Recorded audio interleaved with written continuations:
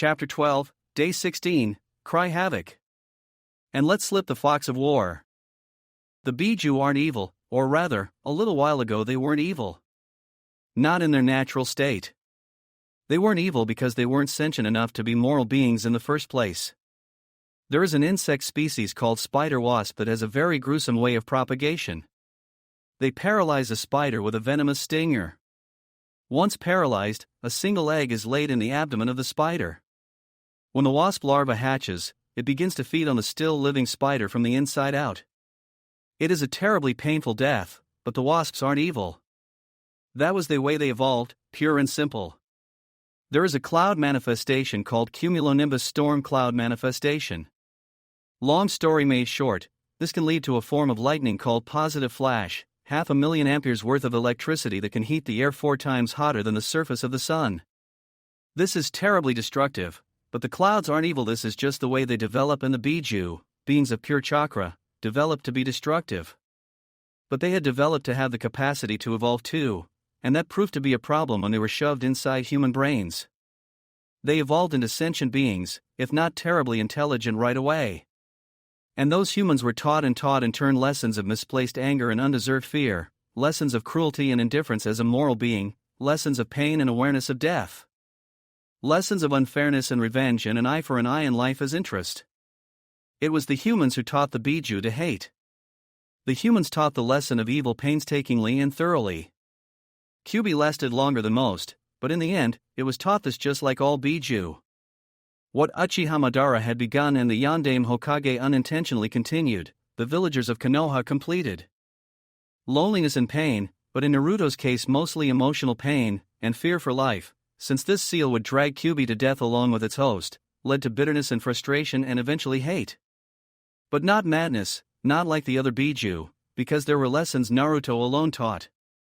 Naruto always had 2 lessons to teach to all those who crossed his path: hope and comradeship. The screams had ceased and the forest smelled like smoke and water and dizzying, bittersweet iron. The family-murdering bastard Itachi was there, with the freaky shark man Kisame. The blue man was holding an unconscious, bleeding, green-haired girl in his arms. They had gotten Fuchan.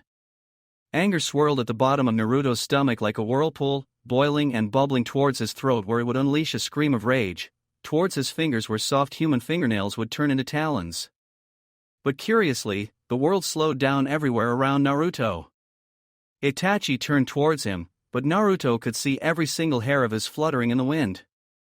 He drew breath for the scream, but his lungs filled so slowly he was half afraid he would choke. And through this slowness he could hear Hibari-sensei's voice, almost feel her palm slamming into his diaphragm when he had charged at her again. "Don't rush in head first," she chided him. "Measure twice, cut once." Kisame had Fuchan hostage and that was bad. But he was bleeding. Fuchan hadn't gone down without a fight. His left side was dripping red to the dirt, drip drip drip, and his sword was so long he couldn't hold it against Fuchan's throat or other vital parts unless he dropped her first, and he couldn't handle it well anyway if he held onto her. Itachi was also burned, but Naruto didn't think that would help a whole lot. He remembered how Sasuke-kun had gone down when the missing nin had just looked into his eyes. "Don't look at his face then. Look at his hands and legs, he is going to attack you with them." Somewhere in the background he could hear Kyuubi voice howling "Aregubi-loodko rage kill," but it was muffled somehow, like someone had dropped a thick blanket over the cage. "First get Fuchan free. He won't take you seriously, use that." "Thanks, Hibari-sensei," he crowed. The world was speeding up around him again, but it still wasn't full and quick, but he had a plan. He pulled chakra from the damned fox and circled the 2 missing nin, trying to look like he was about to pounce them head first, giving it his best snarl, but then Manfu threw a watertight blade jutsu at Itachi and dropped. Just like that? What had happened to him?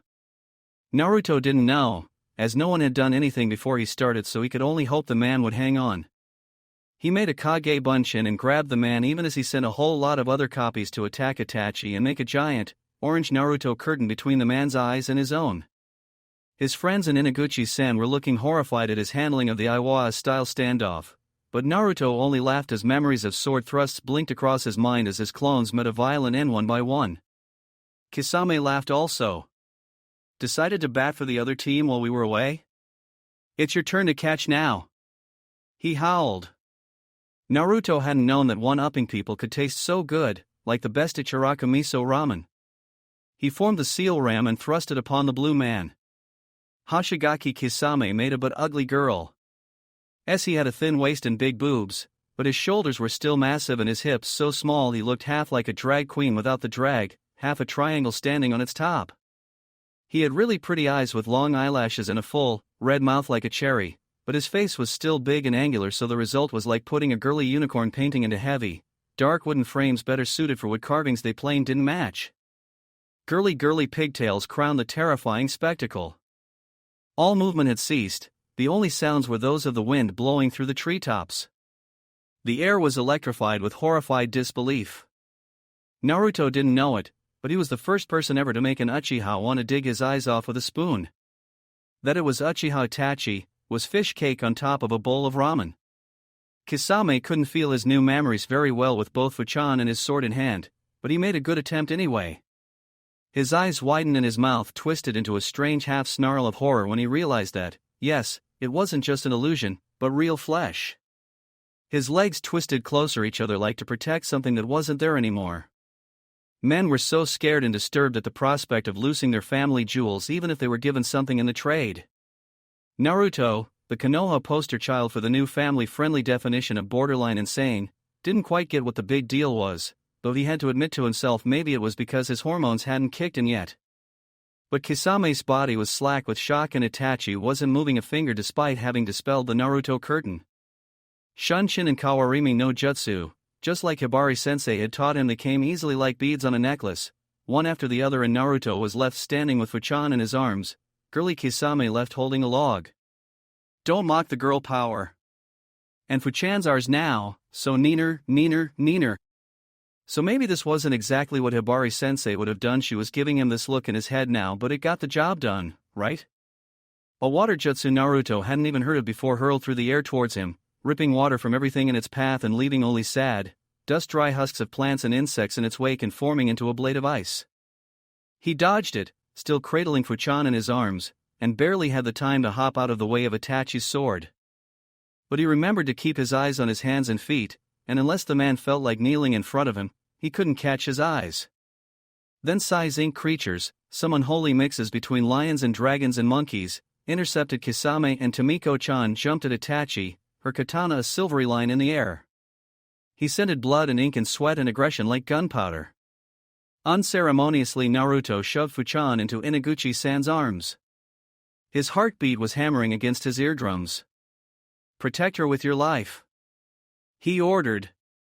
The man was staring at his chest, his face red like sunburn again, and Naruto realized the jutsu on him had dispelled. "But what? Weren't you going to?" the man asked meekly, but Naruto jumped into the fray again, whooping victoriously. Again the world around him was slowing down, but this time it was accompanied with the red, biting haze of Kyuubi's chakra and howling unmuffled. Kyuubi had no love for Naruto, for who would love their jailer and future executioner, but it understood the concept of us, and Nanabai was us like Fu was us to Naruto. It understood the concept of protecting the us. It understood, like Naruto understood, that Akatsuki intended to make an object out of it and its kin, but it also understood not giving up in front of superior force, because as long as there is life, there is hope. This was what had kept it sane within Naruto, and this was what made something new bleed into Naruto. Less hate, more determination. And as the minds connected remained curiously clear and blended around the edges, it learned again as they charged. Many would claim otherwise, but Naruto had learned kunai was more useful than a club, and that day Kyuubi learned it also. Mine! A cloud of red chakras surrounded him, too much for his chakra system to contain. Oh yeah, possessiveness had been learned along the way too. Everything had gone to a hell in the infamous handbasket for no reason Fu could name. Naruto-san had collapsed for no discernible reason, holding his ears and moaning, in obvious pain, but the cause of that pain wasn't the least bit obvious. There was a strange ringing sensation in Fu's ears also, more felt than heard, like something only just beyond his hearing range. But what it was and why it caused Naruto-san such pain? He'd had more important things to worry about, like the man who had been assigned to escort them to the village and who had been looking one twitch of a finger away from attacking them. He had turned towards the man, his eyes wide, and he had whispered a horrified question, stepping close oh so carefully, connive ready to be unsheathed and struck into the man's eyes. And then Naruto had begun to run. And there was no mistaking him for a civilian anymore. The Taki shinobi ran after Naruto-san, they ran after both, and then they had stumbled onto a clearing in a forest, too close to the village for Fu's comfort, and there stood Uchiha-san and Hashigaki-san, the latter holding bleeding, unconscious Nakamura Fu. Naruto-san hadn't attacked them, but circled them, still in his female disguise and looking feral, feeling feral to Fu's senses. The Taki shinobi hadn't attacked anyone, his face turning from the Akatsuki agents to their team to the Akatsuki agents again, trying to decide who to attack now. He had attempted to attack the Taki shinobi, to remove one variable and eliminate a witness, when he had felt strange weakness spreading within. He hadn't felt it while he had been running, too distracted by his goal to pay attention to the chakra pathways of his body, but he knew what this meant: he had been poisoned. And so he attacked Uchiha-san instead, hoping to weaken him for the others, but the man dodged his water jutsu best match against the man's fire-based jutsu with almost insulting ease. And then the ground rose to fall into him and Fu was lying on his stomach, feeling nauseous. Have I given Danzo-sama a reason to doubt my loyalty or stability? He wondered dimly, soon followed by, who was the one to pick a moment like this to assassinate me? They have endangered the mission.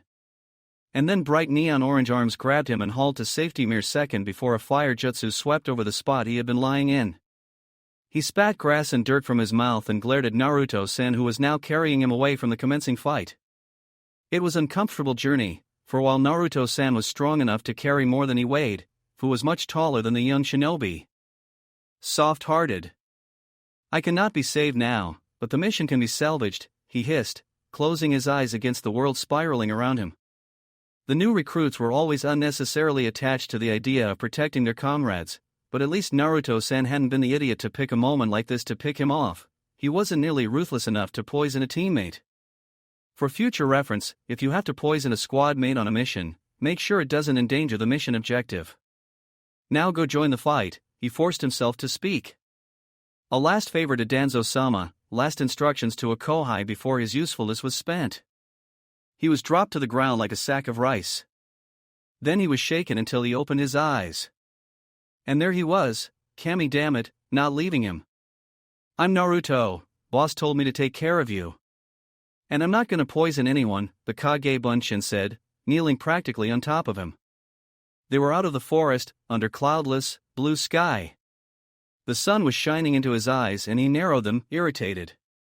Hang in there, we are gonna take care of you once the fight has been won. Naruto Bunshin grinned widely, a touch of worry behind the formidable-looking teeth. And that made Fu angry, made him promptly see a QB kind of red. His blood was pounding in his ears from the poison, he told himself, pounding so hard he could barely hear the words spilling from his mouth. I have dignity, you know. I can die when it's required of me without making an unseemly spectacle of myself. I have always obeyed my orders, even before I joined the route. Yes, I bet you thought these things didn't happen in the official rank and file, did you? Well, surprise, you can any day be ordered to take a mission that will make you hate yourself and have someone like your precious Hibari-sensei forever remind you of it. And who even eats something as disgusting as spinach yogurt anyway? And she smoked and her big dream was to be a housewife. There was nothing in her that should have attracted me. Part of Fu was flailing inside his head, trying desperately to close the floodgates, but nothing could stop the barrage of words now. You think what's inside you that makes you a monster? Wait until AUWCH. And Naruto-san did what he couldn't do for himself, shut him up. What's inside boss doesn't make him a monster. And don't make fun of other people's favorite food, the clone hissed. And all fight was drained from his tired, weakening body. Fu had forgotten it was a clone he was ranting at, a brainless construct. He rubbed his aching head, embarrassed, but grateful at the same time. This wasn't the real thing, no one would have to know he had lost it at long last. A giant explosion rocked the ground and acidic, poisonous, red chakra flared through the air, grating against his body like sandpaper. Fu had risen to a half-sitting position, but now he allowed himself drop back to the ground. There was no way even a blind and deaf ninja could miss the fight now. He could only hope that Nakamura-san would lose her life in the melee. Were you in love with someone? Naruto Bunshin asked with considerably less ire. Maybe it was because it was just a brainless construct who couldn't reveal the secret, maybe it was because he was dying, but a knot loosened itself inside Fu's stomach. He could talk. It wouldn't change anything now, and that was freeing, in a way. Don't have to worry about consequences, he murmured. He was feeling sleepy. I was sent to Kumo to spy. I'm Yamanaka, I could use my family jutsu. I was a blacksmith there. I met Nagaki Mika. I had to seduce her to get access to the right people. I got her pregnant. And then I had to leave her. He had promised to marry her only 2 days before leaving, knowing full well he would have to leave. And he hated himself. To be an illegitimate child wasn't so bad in a hidden village. They followed their own, warped moral code, kunoichi even more than civilian women. Who could muster enough righteous anger over unintended consequences to make a fuss when anyone could be ordered into the same situation? But to be the illegitimate child of a spy, to be a mother of such a child? That was a horse of another color, as Hibari-san could well testify. And Hibari-san hated her father with the unforgiving intensity of a forest fire, carried the damning weight of knowledge on her shoulders every moment of every day, or at least, she had. Fu glared at the boy who had given Hibari-san an absolution from her demons, hating himself for wanting the same absolution, hating the boy for daring to make him hope. I loved her. He spat. He had nicknamed the mission as spinach yogurt, laughing at the woman's expense, and then he had fallen in love with her. Mika's black, fiery eyes like still glowing embers, her beautiful smile and her food cravings when she had gotten pregnant that had made her normal cuisine look normal. He missed her and she hated him. Tell her so and apologize, Naruto Bunshin ordered like it was the most natural thing in the world. Like that would help any, Fu whined. He was almost hoping the poison was quicker. First he had spilled his guts and now he was whining? If things took one more turn towards pathetic, it could be considered mercy killing. Maybe not, but you owe her an apology and I'm gonna kick your ass from here to Konoha if you try to weasel out of it. Naruto Bunshin cracked his knuckles and glared at him. Fu felt his mouth twisting into a tired smirk. Let's make a deal. If I live, I will apologize to her. It was the ninja way to make empty promises, to renegade on deals for the mission, to give your word when you knew there was no way you could keep it. That's the spirit. Not like you want to die anyway, Naruto Bunshin declared and thumped his shoulder.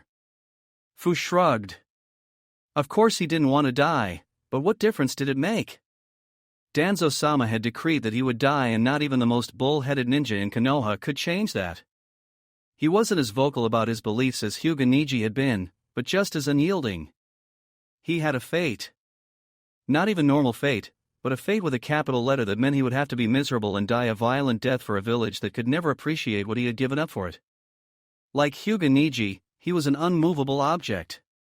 Like Hyuga Niji, he had collided with an irresistible force. And just like that, soft, white, very beautiful hands shoved the Bunshin away from him, and when the dimming world in Fu's eyes cleared a little, the first thing he saw was an ample, creamy white cleavage. His eyes bulged. I am here to rescue Naruto-kun. Pray to your gods that he is alright, Slug Sannin Senju Tsunade growled at him even as her healing chakra flowed through his body like warm milk and lightning, cleansing it inside and out. Fu could not but stare. We are here to rescue girl Fu, Naruto Bunshin explained helpfully. Fu tried to collect his thoughts, but for all the dull ache in his head was gone, he could only think in grunts like what in but an An irresistible force that was a lot more irresistible than his unmovable object was unmovable collided with his brain. Rescue Naruto-san? Naruto-san had joined the route and a Sannin thought he raided a rescue? What was wrong in the world that it turned out like this? At least I didn't talk to the real Naruto, was what came out of his mouth. No one had to know how he had lost all his precious control. But Naruto Bunshin chuckled ominously. When I dispel the boss is gonna get all my memories, it explained, dispelling the deceiving feeling of anonymity, and Fu couldn't help but think maybe they could make a shinobi out of the boy after all. In no way did that make him feel any less mortified. I want mercy killing. He was delivered a solid thwack to the head, courtesy of an irate medic. But something in Senju-san's cold green eyes had warmed up and softened, like ice thawing into sea water. Fu didn't want to know why. She had to be reading his brainwaves somehow, not his face. He couldn't be that transparent, could he?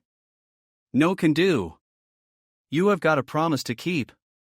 And everyone knew, even in Root, that Naruto-san considered promises sacred. How could you have turned out like this? Naruto-san hadn't been given any chances, support, trust. How could he give from his own emptiness? Like Hyuga Niji before him, who saw his fate crumbling around him. Unlike with Hyuga Niji, it didn't even take the genuine article. I was born awesome. Sai drew a dragon with quick, sure flicks of his brush and channeled his chakra through it. There was the brief sensation of leap in air and weightlessness when their chakra momentarily overlapped, but it was severed when the tail tip of the dragon left the paper, leaving it pristine. Sai dodged jutsu and a hail of kunai as the dragon descended upon the two missing means and struck down. Hoshigaki-san severed its head easily, splattering ink all around the ground without even pausing from his strike against Naruto's clones. He was overwhelmingly powerful and so was his compatriot. They were leagues above Sai's team. But they had already been injured, and injured badly by the looks of it. Naruto dispensed his clones like cheap kunai, sending them against both enemies in a seemingly mindless way, but Sai noticed that the swarm of them forced Hoshigaki-san into close combat, forced him to strike and dodge and block, forced his heart to beat harder. Forced him to bleed more and more.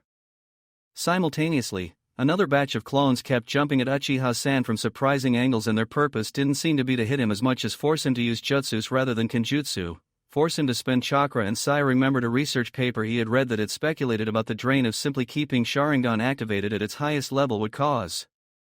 He was certain Naruto was doing this on purpose. He wondered whose strength would wane first, Naruto's or their enemies.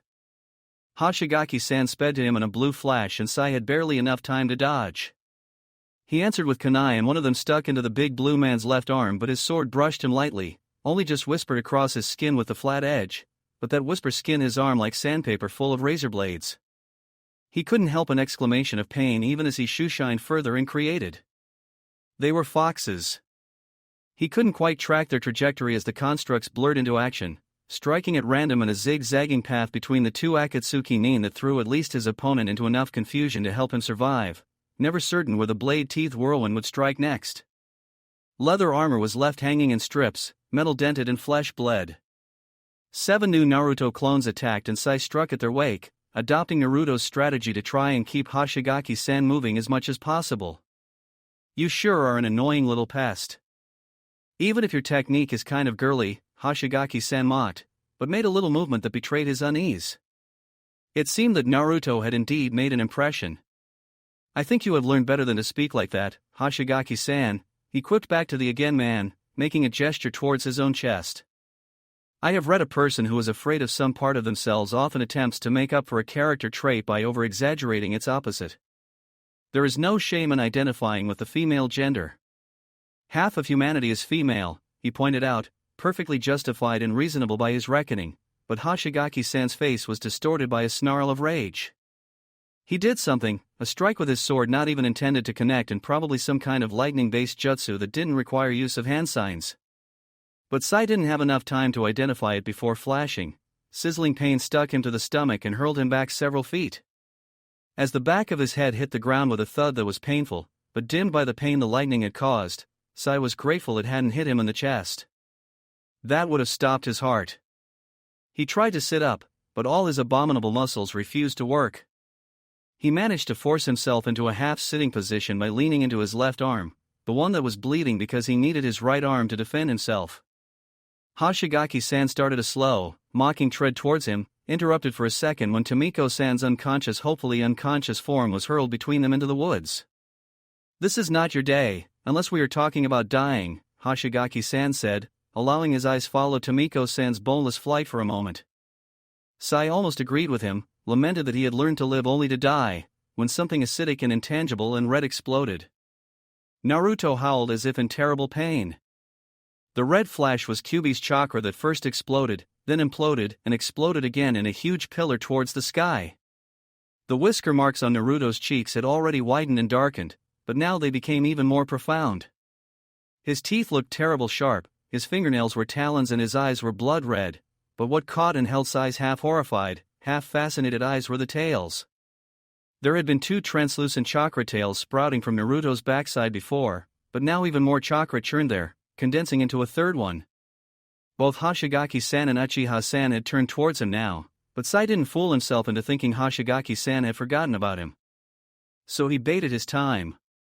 When Hoshigaki-san attacked, he would attack also, and he was fairly sure that the man could dodge him or Naruto, but not both of them at the same time. "Who are you and why are you helping me?" A painfully raspy voice broke the tension. Sai's head whipped towards the voice, where a green-haired, rumpled and bloody young girl was standing next to the man, Inaguchi-san, who had escorted them towards the village. Inaguchi-san looked nervous, girl Fu-san looked determined, and Sai was sure that the man had been carrying her towards the village when she woke up. Naruto's eyes softened. Sai didn't like the way he was looking at her. "I'm Uzumaki Naruto, and I'm helping you because I'm a Jinchuriki too, the Jinchuriki of Kyubi no Yoko. We have got to have each other's backs since there are only 9 of us and the world is absolutely idiotic about us and all kinds of sickos and stupid straw hats try to kidnap us. But never fear. We will prevail." And Naruto made a V sign for victory, giving a grin that looked rather intimidating with that sharp teeth. "You are a Jinchuriki?" Fu-san whispered, straightening her back and looking Naruto into his red eyes. "Would you say that you are my brother?" Sai had once before seen a look like that, on the face of one of his targets. The man had been an opium addict and Sai had gotten near to him under the pretense of being a dealer. The way he had looked at the poisoned opium, like a hungry dog given a steak, like a starving man delivered a dinner and then told to wait for grace, it had revolted Sai even as numb as he had been then. The man would have done anything for his next pipe. But on the face of this girl, it only made him kind of sad. "Of course I'll be your brother. I can introduce you to Gaara-kun too. Don't worry about the tails, he's a lot better now," Naruto said. "But we gotta win this fight first." And those 4 sentences sated the hunger in the girl's sad eyes, made her mouth curve into something that Sai wasn't sure was a smile, but that made him still think of the relief he had seen in wounded men's faces when they were given painkillers. "Well, brother, if the day's going to hell in a handbasket, I want my share of the sandwiches." She cracked her knuckles and the end of her sentence gave way to a small, out-of-place giggle. "I don't have sandwiches, but I can make you ramen once this is over," Naruto promised happily. It was unnerving, the way his happy face and the utter malice of his chakra contradicted each other. Sai didn't like getting mixed signals. "How touching. We can deliver you into your fates together," Hoshigaki-san mocked them again. But Uchiha-san was looking towards where they had come from, looking contemplative.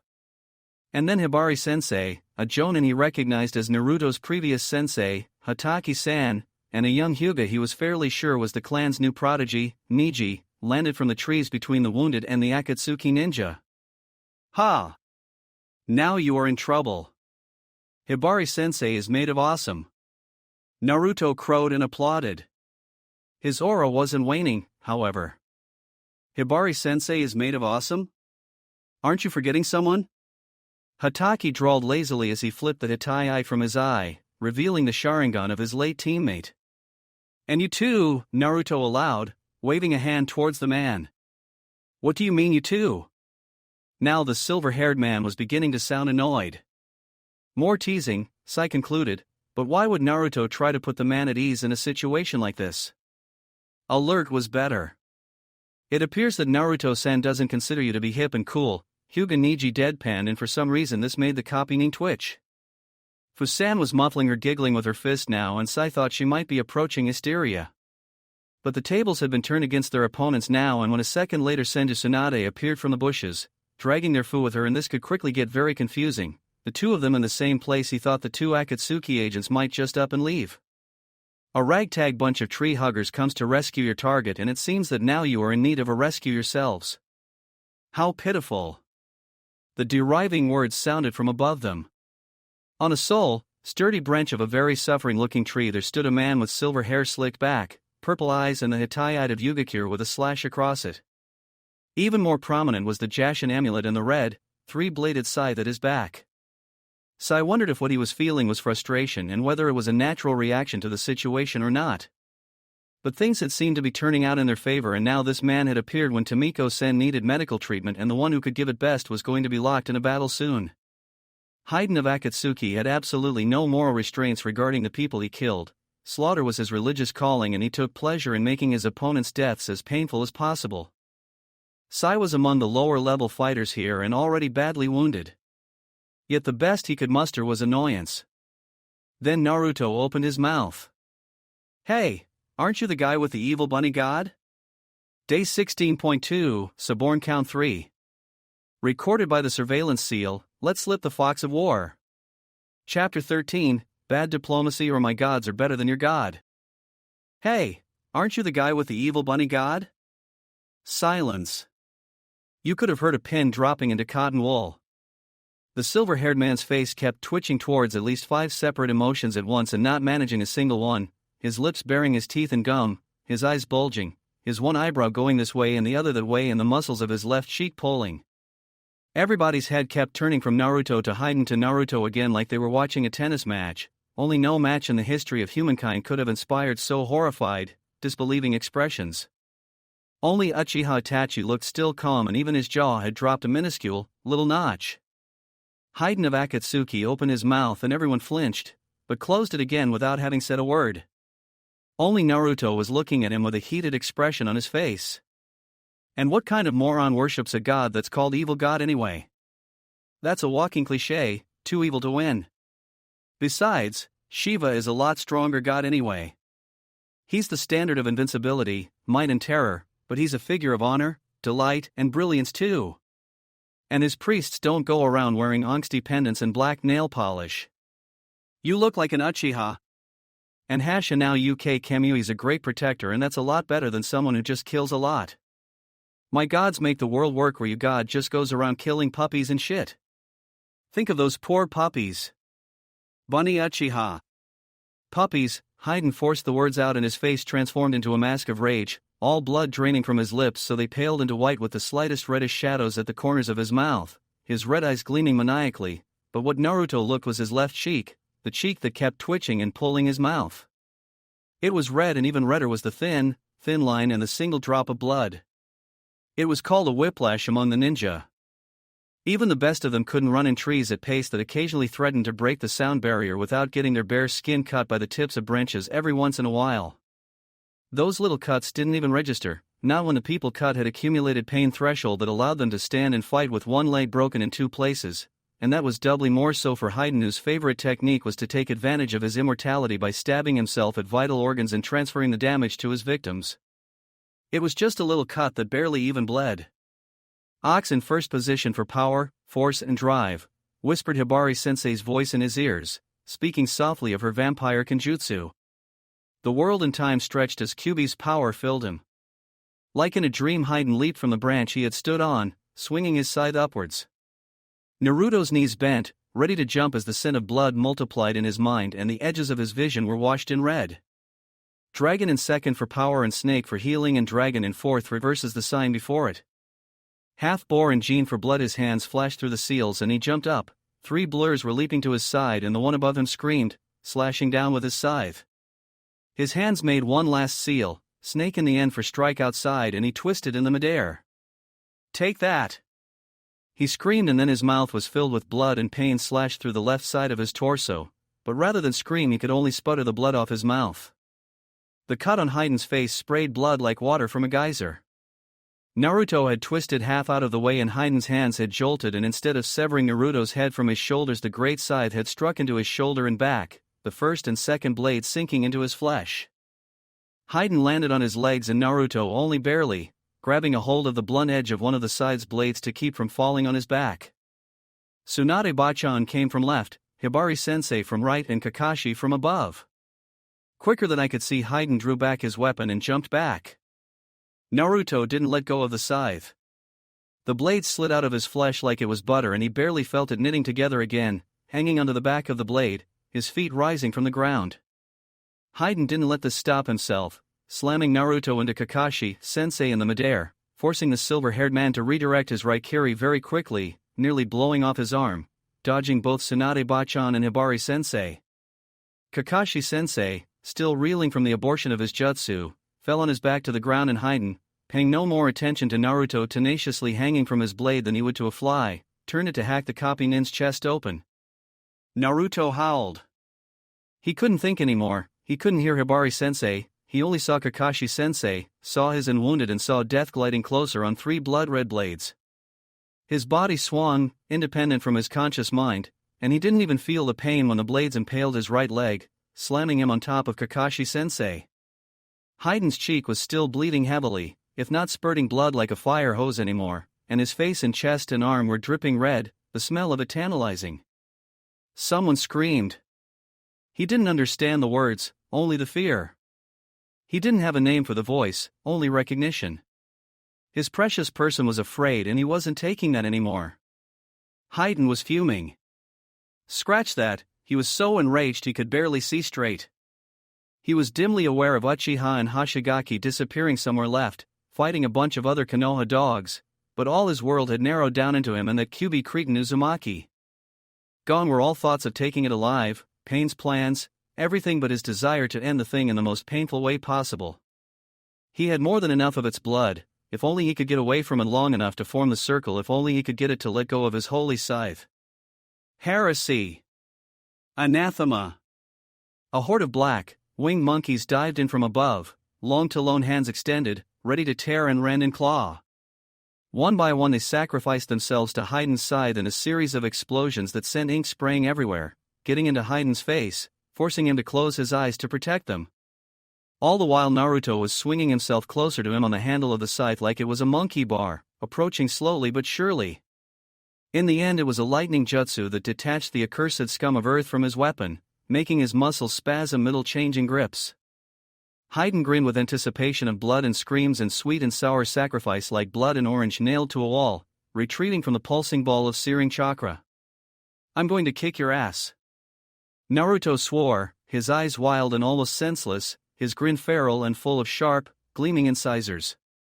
He ran forward, creating 7 Kage Bunshin. He jumped in the air, clearing the distance between them and descended on Hayden. Bring it, little worm! Jashin-sama will feast upon your miserable soul, you heretic asshat! Hayden shouted. He threw his scythe out, mowing through several Kage Bunshin. For survived to land and swarmed towards him. Naruto himself landed and held out his hand, charging a Rasengan with the help of one more clone. He could do them one-handed since improving his chakra control with Hibari-sensei, but it still went faster with 2 pairs of hands. Done, the swirling, crackling blue energy clicked into place, his fingers casting shadows across the forest's floor. His clone ran forward, the bloody, still dribbling man, taking the Rasengan in his right hand, and he ran after it. Hayden swore, swinging his scythe and shearing through yet another clone. That annoying, defiling, soon-to-be hoarse with screaming voice shouted Rasengan. And Hayden looked up, as a particularly pissed-looking Naruto lunged forward, holding a whirling blue sphere in front of him. Oh shit, Hayden said, and then the sphere struck him right in the middle of his body. It hit, he roared in pain as it began to tear away at his body. It was agony such as he had rarely felt. It cleared his mind like a flash of light, making everything sharp and clear and orderly. It was so invigorating. Hayden struggled, kicking his legs and retreating a few more steps. Such pain! He shouted. Jashin-sama, look at this suffering. This gave even Naruto a pause. He halted mid-step and stared at the man as the second wave of ink monkeys attacked the Akatsuki agent, who despite his grievous wound batted them away into nothingness like they were nothing from begin with. There was a gaping hole in Hayden's stomach, exposed organs bleeding and broken ribs sticking out. It looked like someone had just scooped out his flesh with an ice cream scoop, and a distant niggle of queasiness was starting to work its way through the haze in Naruto's mind. All this suffering? Hayden crowed like he had just won a prize. It is all for you, Jashin-sama. He sneered as he looked at Naruto's before stepping forward. He stopped, and smiled. Naruto had seen bitter smiles and belittling smiles and despising smiles and gloating smiles, but never a smile quite like that before. Witness this miracle. Then Hayden licked the blood off the upper blade of the scythe, and his body rippled, transforming his turn into something that looked a little like war painting and a lot like a skeleton. A circle appeared on the ground around him like reverse drawing, where something would appeared instead of disappeared. Share my suffering, worm. He crowed, slamming the sharp pike at the top of his scythe into his open wound, pushing it through and twisting. Raw red and flesh-colored pain exploded in Naruto's stomach and his legs fell from under him, but he barely noticed his knees hitting the ground. His clothes soaked through with blood immediately. Pain pulsed through his body with every heartbeat and blood rose into his mouth. He inhaled it and it burned in his throat as he started to hack it off his windpipe. And Haydn stood above this spectacle, laughing maniacally. His voice echoed hollow in Naruto's head and he gritted his teeth.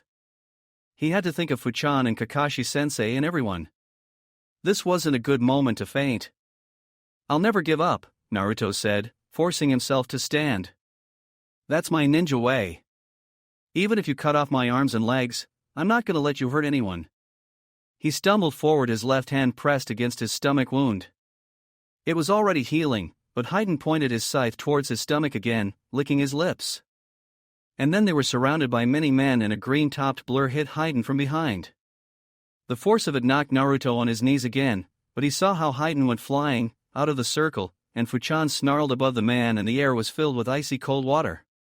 Ordering Hyuga Niji to care for the wounded Umbu woman and Sai, Tsunade charged towards her honorary godson, her heart stuck in her throat, only to be foiled by certain Uchiha Itachi.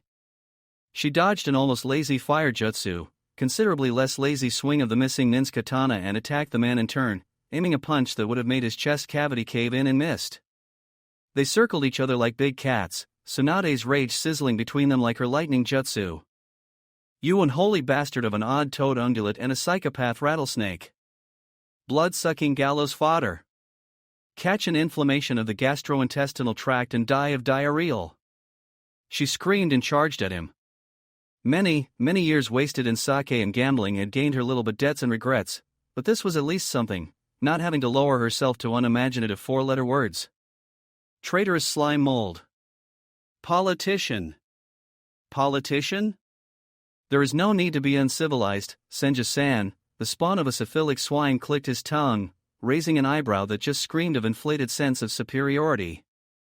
Of all the Sannin, Senja Tsunade was the worst off against someone like Uchiha Itachi, not because she was any weaker than the others, but simply because her close-range taijutsu wasn't well matched against a middle to long-range fighter like the Uchiha, and her jinjutsu techniques were no match to the Exambu jinjutsu specialist. Even then, she was a Sannin. She knew better than anyone else alive just how many ways human body could be taken apart, and above all she had what all too many ninja lacked, those days of mass destruction jutsu melee. She had a good head on her shoulders. There were two types of anger. The hot anger was the easy type, the one all people were born with. It was fire and red haze and the metallic taste of destruction on tongue. The cold anger was something that needed to be learned and not all ever managed. It was cold and scratchy comfort that Tsunade had clutched it against her chest for a long time. It was bitterness and calculation and patience. It could become a habit oh so easily once learned, and for the longest time Tsunade had found herself unable to let go, hurting herself and her friends once she had run out of enemies. Naruto-kun had been the one to thaw her, and for his sake she called upon that anger again, forced her temper to cool. Carefully keeping her eyes below the dark-haired man's chin, she approached him more carefully now, closing the distance in an almost nonchalant way. "You have already lost, Uchiha," she taunted the man. "How do they put it in Umbu again? Fulfill the mission at any cost? A genin foiled your mission, your target has been freed, and now this is just a waiting game. The Takigakure forces will be here any second. But this isn't your first spectacular failure, is it?" She counted the inches, now allowing her target to close the gap. Haste rang alarm loud in her ears, but she forced herself to concentrate. Many civilians didn't quite consider the Orrunan to be real ninja, but their peers treated them with considerably more respect. They were killers first and healers second, after all, but even their comrades tended to forget there was more to the medical profession than the body. Tsunade was also an expert in the field of psychological profiling. Your perfect control is what you take most pride in, isn't it? No mission too difficult, no demand impossible to meet, yet you dropped the ball so completely your only way out was a mass murder of your own family. You wish to test your limits? You are a bloody failure as son, a brother and a shinobi of Konoha, and you failed subtlety forever, but above all you fail at knowing yourself, forced to rely on such a shameful crutch to reassure yourself of your own worth. What is that Tsukiyomi of yours but overcompensation for your failure to control even your own self?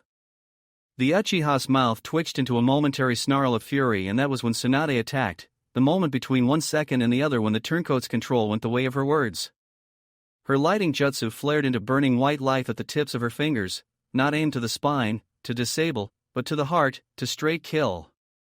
Ventricular fibrillation, a condition in which there is uncoordinated contraction of the cardiac muscle of the ventricles in the heart, a cause of cardiac arrest and sudden cardiac death. A hulking blue body was thrust between them, and maybe Tsunade would have been the one to end the legend of Uchiha Itachi, or maybe she wouldn't have, but now they would never find out, for Hoshigaki Kisame to the current to his right side, howling in sudden, sharp pain. A dirty white clay, something that slightly resembled a giant amoeba, clung to the Sharkman's face like a leech. Hibari-san jumped forward and immediately followed with a lunge, then pulled the rear leg up into forward recovery, but she was foiled when Hoshigaki-san parried her thrust blindly while tearing into the clay creature with his left hand. But his massive sword wasn't meant to be handled single-handedly, and Hibari-san quickly forced him to retreat, aided by Kakashi-san attacking the Akatsuki shinobi from behind. Uchiha and Tsunade locked eyes, cold fury to match cold fury, and there was an acknowledgement and reluctant respect. Steel clang against steel and the chirping of birds filled her ears. Somewhere far to her left she could hear Naruto's roar, and her anger was getting hot around the edges at an alarming rate, but this fight was already decided and they both knew it. It seems that it would be prudent to retreat now, Kisame-san, the Uchiha intoned coldly. In a flicker they were both gone, and the next moment the clearing was filled with men and women in black and green, wearing the hitai with the two lines that formed a stylized waterfall.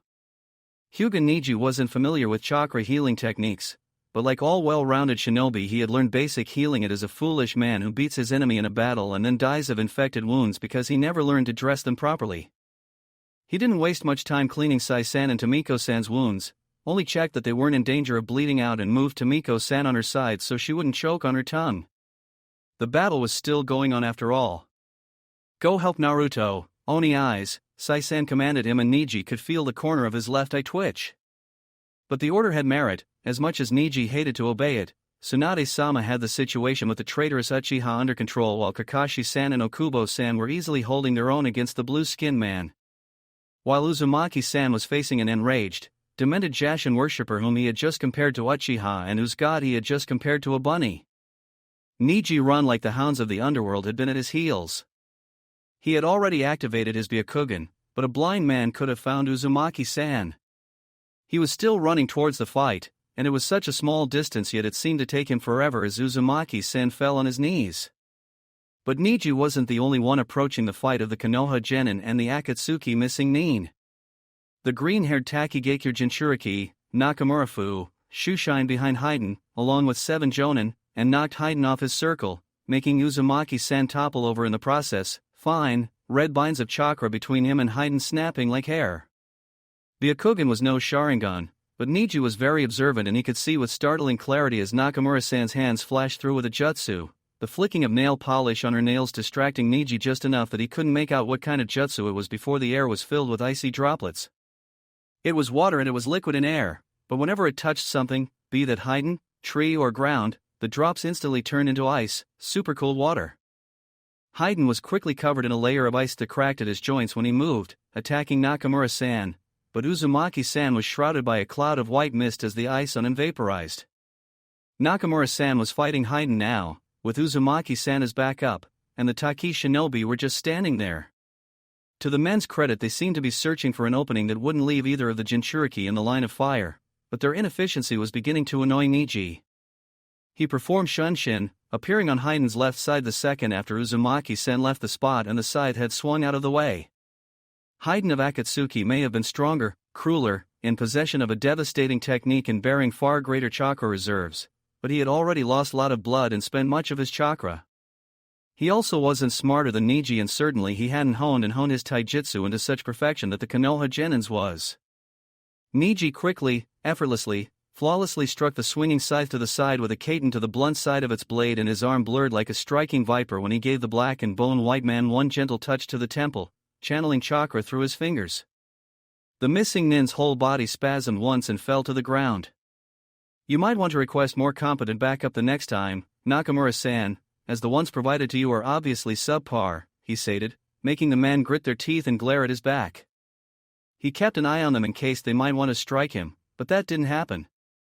The angry expressions melted into surprise when Haiden stayed down. It was an odd scene after that. Uzumaki-san, bloody, resolute and unyielding, stared at the crumpled form of the man lying on the grass. A green-haired girl, less bloody and ragged yet appearing to be in more pain, was leaning her hands on her knees and gasping great gulps of breath, staring at the missing Neen. There were 11 men around them, all rooted to the ground and staring him and Haydn in an endless circle, like they couldn't quite believe their eyes. "Well, that was anticlimactic," Nakamura-san said. And the broken body at Niji's feet began to cackle madly. "You fuckers think this will stop me? I will give you all to Jashin-sama," he shouted. Niji could barely believe it. After his strike, nothing should be left of the man's brain but mush, and yet he lived. Yet he spoke. He even tried to move, but could only twitch on the ground. "You are gonna die," Uzumaki-san declared and dropped on his knees next to the man. The red glow of Kyuubi's chakra had already diminished into a barely visible by normal eyes. Niji still felt like he was looking straight into the sun when he watched Naruto, and he couldn't not watch with his Byakugan active aura, but now it flared again and the blonde Jinchuriki pushed his balled fists against Haydn's back between his shoulder blades. His chakra wasn't fire, but it was so concentrated and corroding it might as well have been.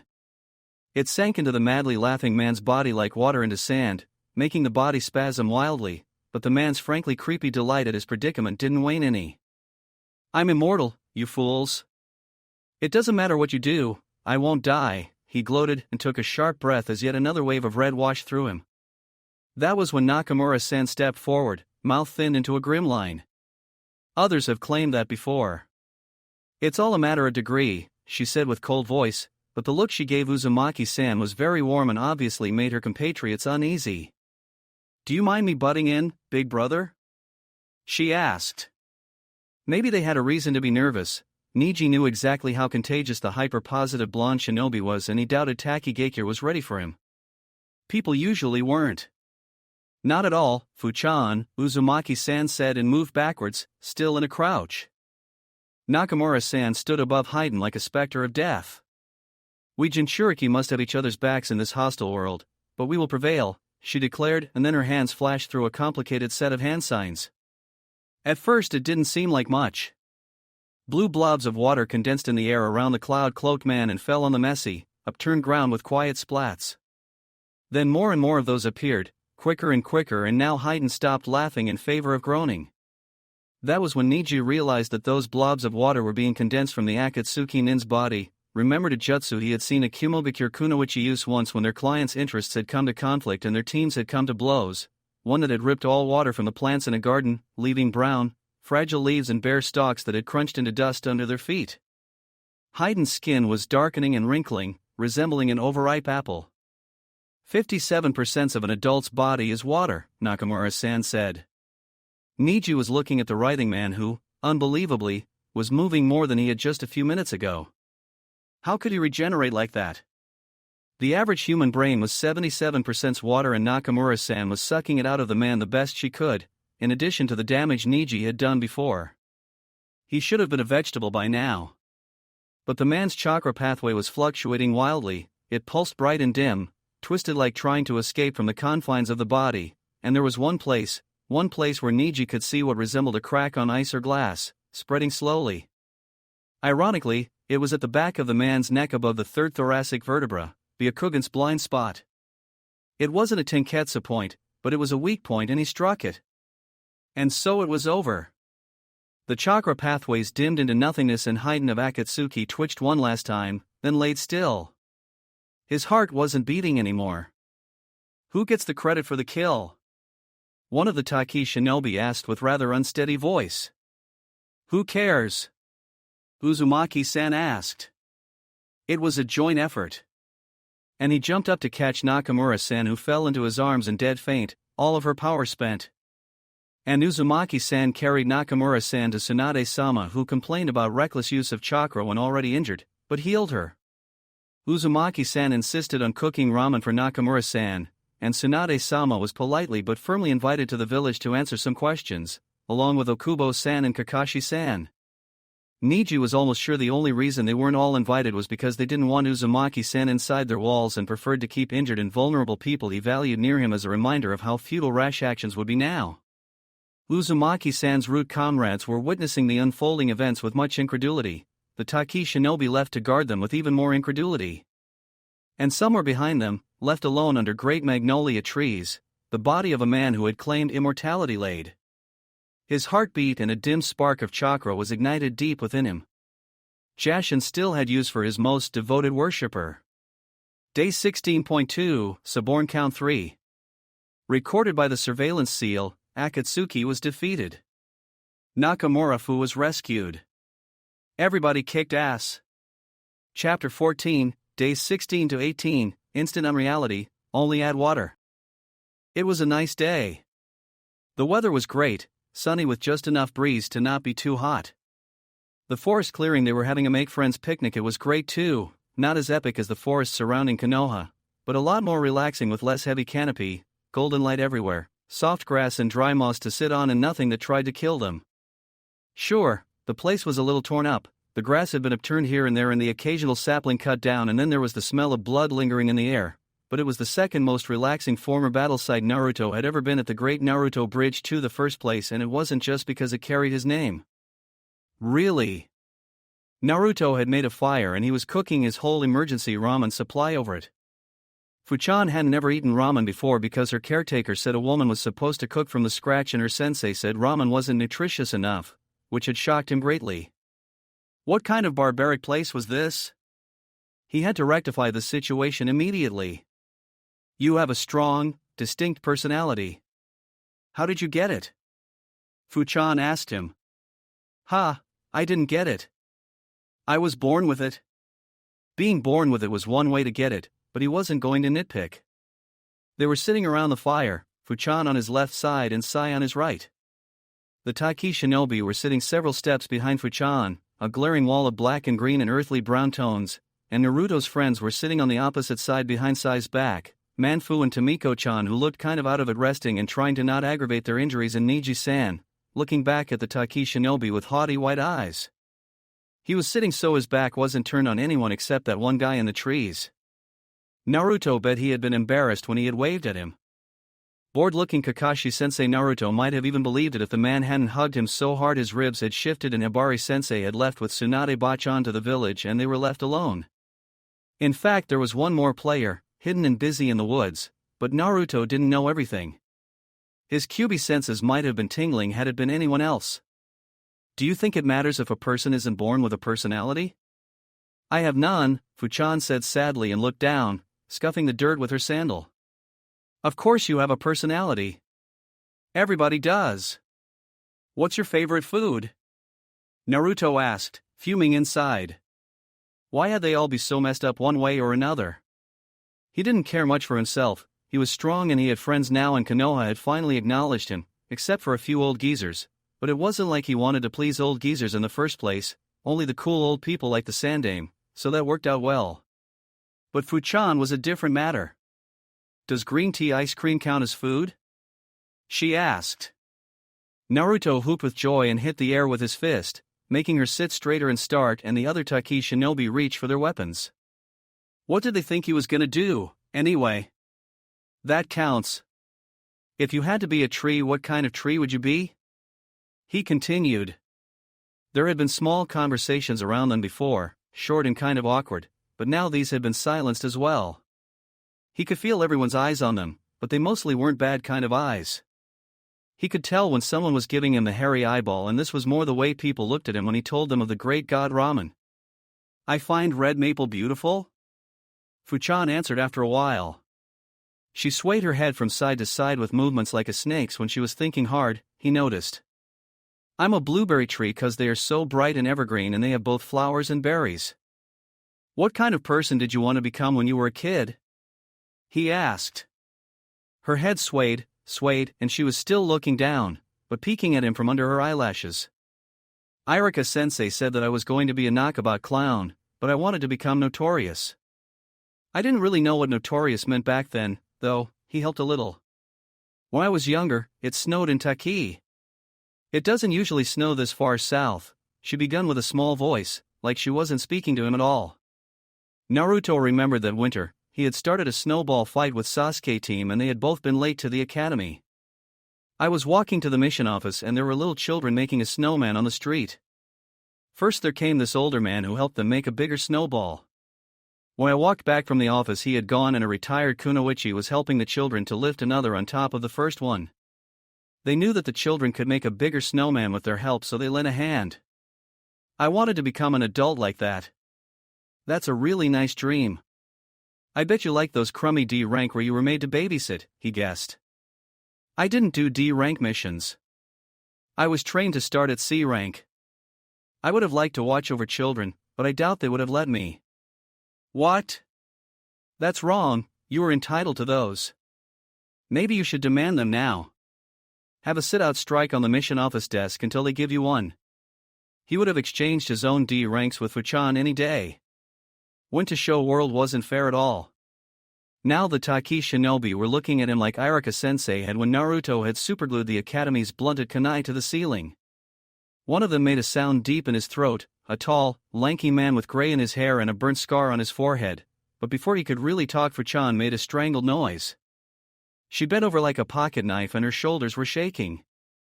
At first Naruto was afraid she was going to cry. He hadn't wanted to make her cry, and then she burst out laughing. It wasn't a restrained chuckle either, or a girly giggle.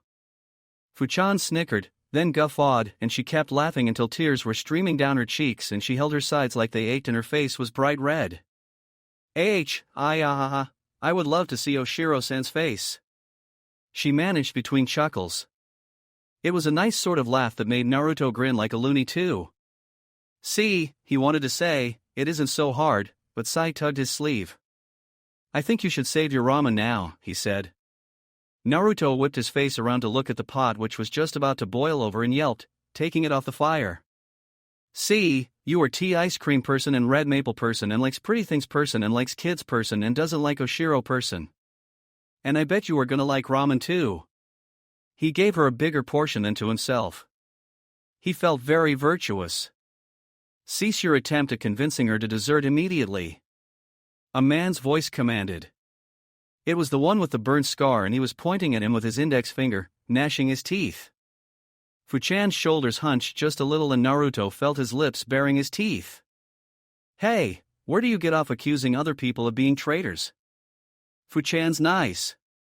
She wouldn't. I bet you are this Oshiro jerk, he accused him, pointing right back.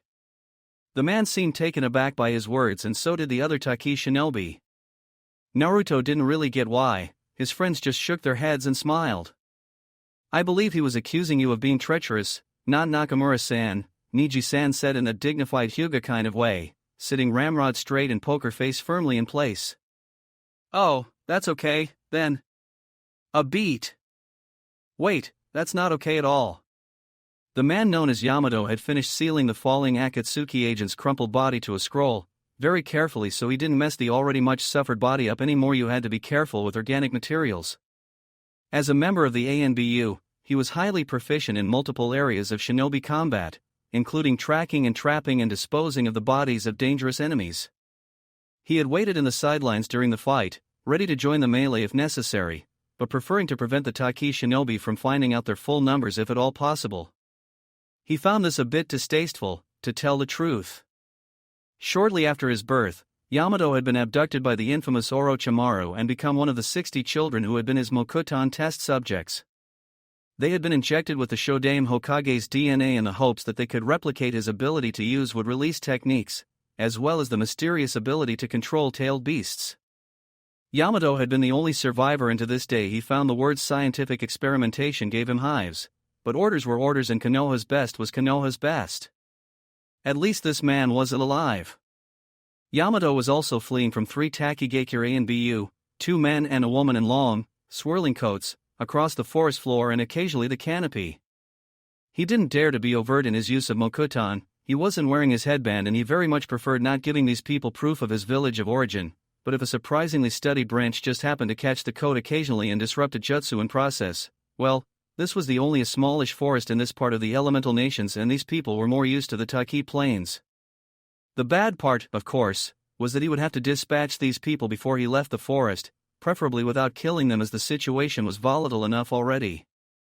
Danzo and his ambitions be damned, this was a mess and a half. A plan was beginning to form in his mind, and to win himself some more time he turned slightly towards northeast while making sure a vine of poison ivy found its way under collar of the tiny man whose poison shuriken had nicked him. He was resistant to the poison, but it was still going to make him sick, nausea already swirling in his throat, and if he couldn't do anything else he was going to give the accursed man a few broken bones and a Mokuton-enhanced rash. He created quickly an illusion of swirling leaves, making it seem like he had shoeshined away, readying for a strike. That was when the burst of chakra from the scroll he was carrying exploded across his senses. It wasn't visible, not like Uzumaki-san's, but it still left him seeing white spots, and only years and years of experience as one of the best allowed him to avoid running head first into a tree. There was a reason true Fuinjutsu masters were so rare and so revered, so feared a whole village would be destroyed out of sheer fright. In order to seal objects, living beings, chakra, along with a wide variety of other things within another object, a person had to create a little pocket dimension in the space-time continuum. Great and terrible things could be done with seals. There were also so many things that could go wrong with it would have been easier to list the things that couldn't. Simple storage scrolls came cheap and anyone could learn to draw the seals on those, if not understand them, but even those could turn into death traps if the seal was disturbed by a copious amount of foreign energy from inside. Yamato threw the scroll away, coincidentally towards the Taki Anbu chasing him, and they scattered like leaves in the wind.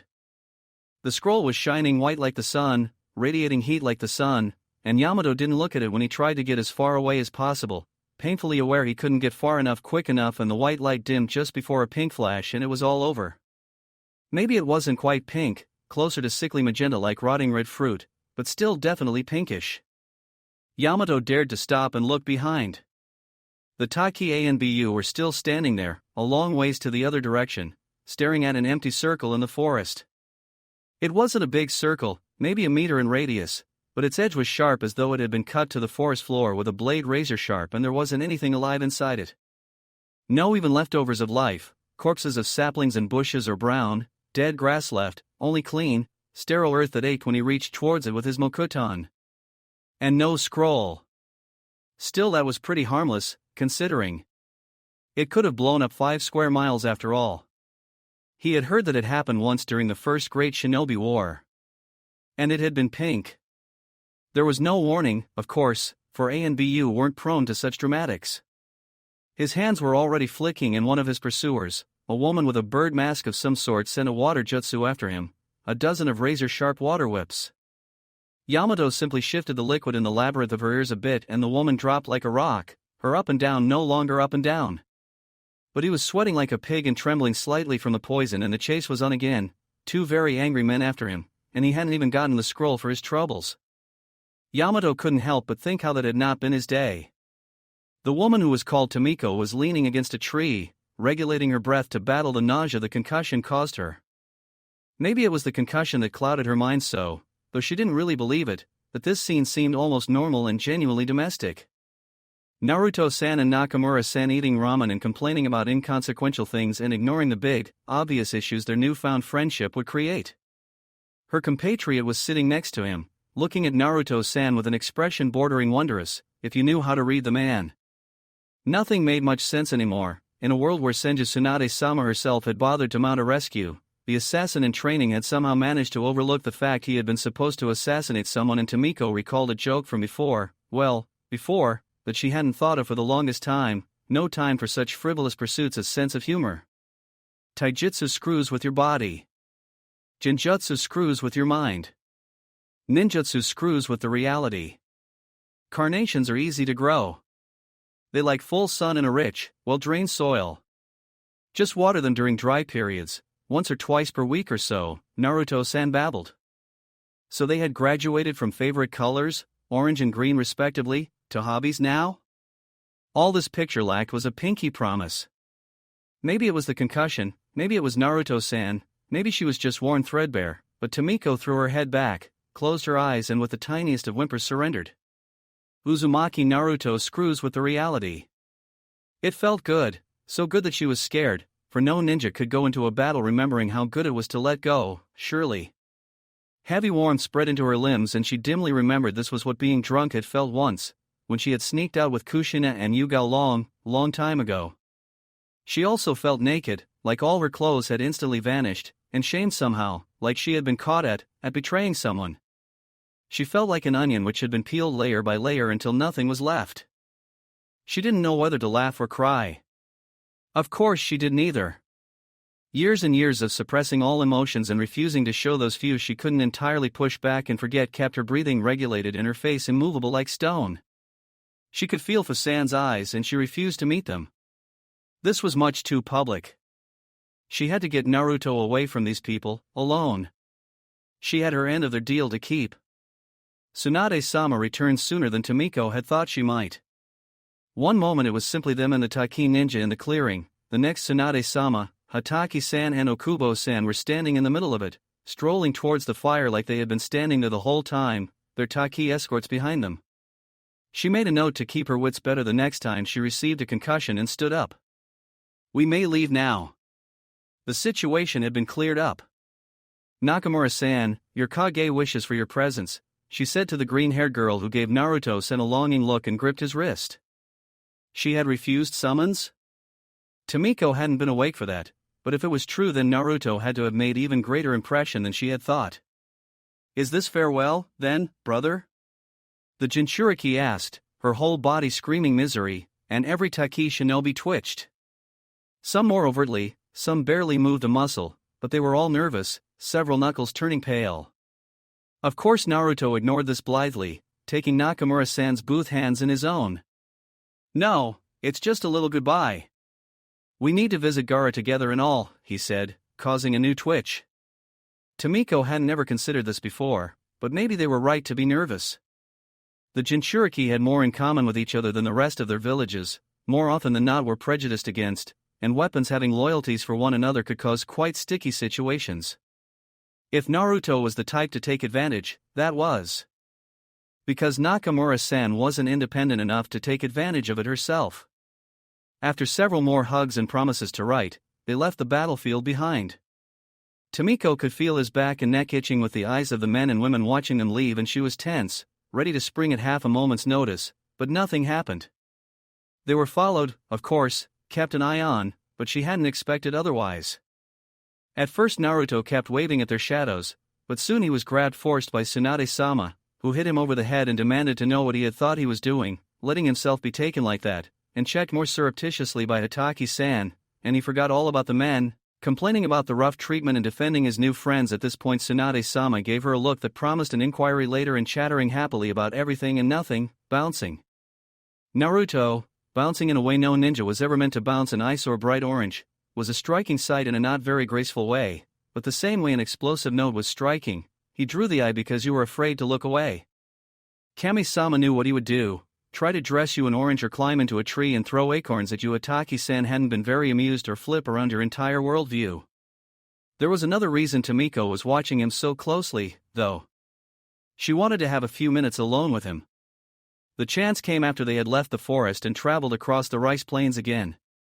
Her experience had categorized the possible threats as they walked on the gray, dusty road, possible venomous snakes hiding among the plant matter cluttered across the road, enemy ninja lying and waiting among the endless, bright green rows of rice, sparing a lingering glance to 3 distant scarecrows to ensure they really were just that as they arrived to crossroads they had run by in haste earlier that day.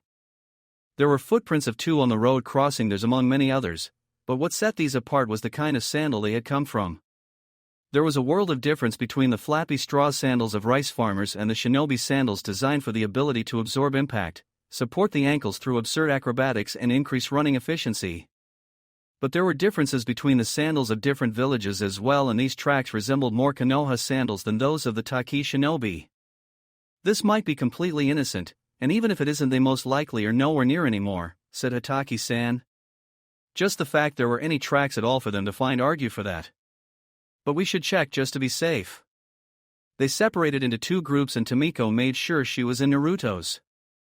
She didn't manage to be quite as stealthy as she would have liked, if the look Tsunade-sama gave her and Hataki-san's wink were any indication, but they were left behind to keep watch over nothing, left alone. At least apparently, she was quite sure Hyuga-san had been ordered to watch them. The warm, scary feeling of being bared for the whole world to see had abated, leaving her grasp at leftover feelings like the words of a mostly forgotten childhood song. She was calm and collected when she called Kushina's son's name. "Naruto-san, I concede our bet.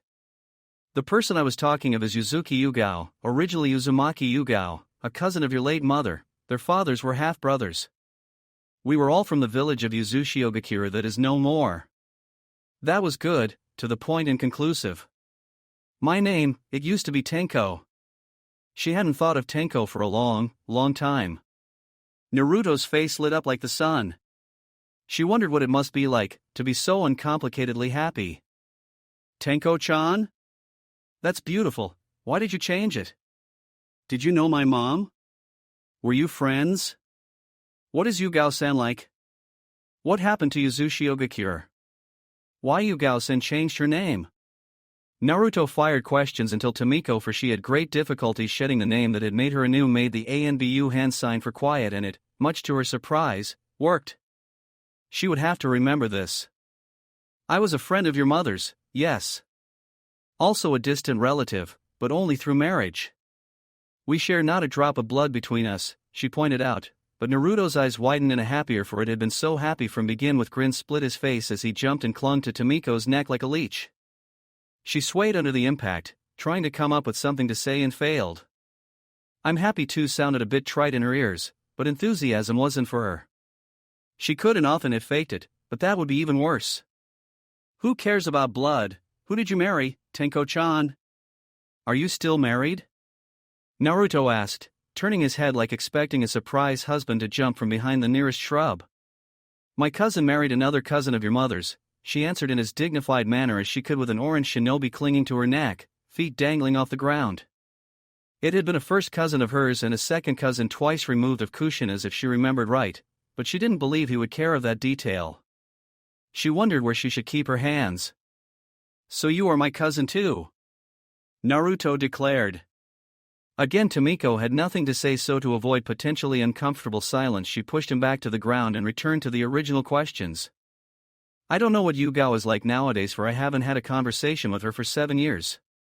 She used to be kind and quiet, but she could also carry a grudge stubbornly. Yuzushiogakure was destroyed during the Second Great Shinobi War. The clan Uzumaki, the most renowned of the village's ninja clans, was very knowledgeable of Fuinjutsu. So much had earned them renown and fear worldwide, so much had led to their destruction. Your destruction? You are from there too, Naruto complained, frowning. She closed her eyes in sudden ghost pain, more than half forgotten already. I know. Januchi Tenko, she tasted the name in her mind, Kunoichi from Yuzushiogakure. It didn't feel very real.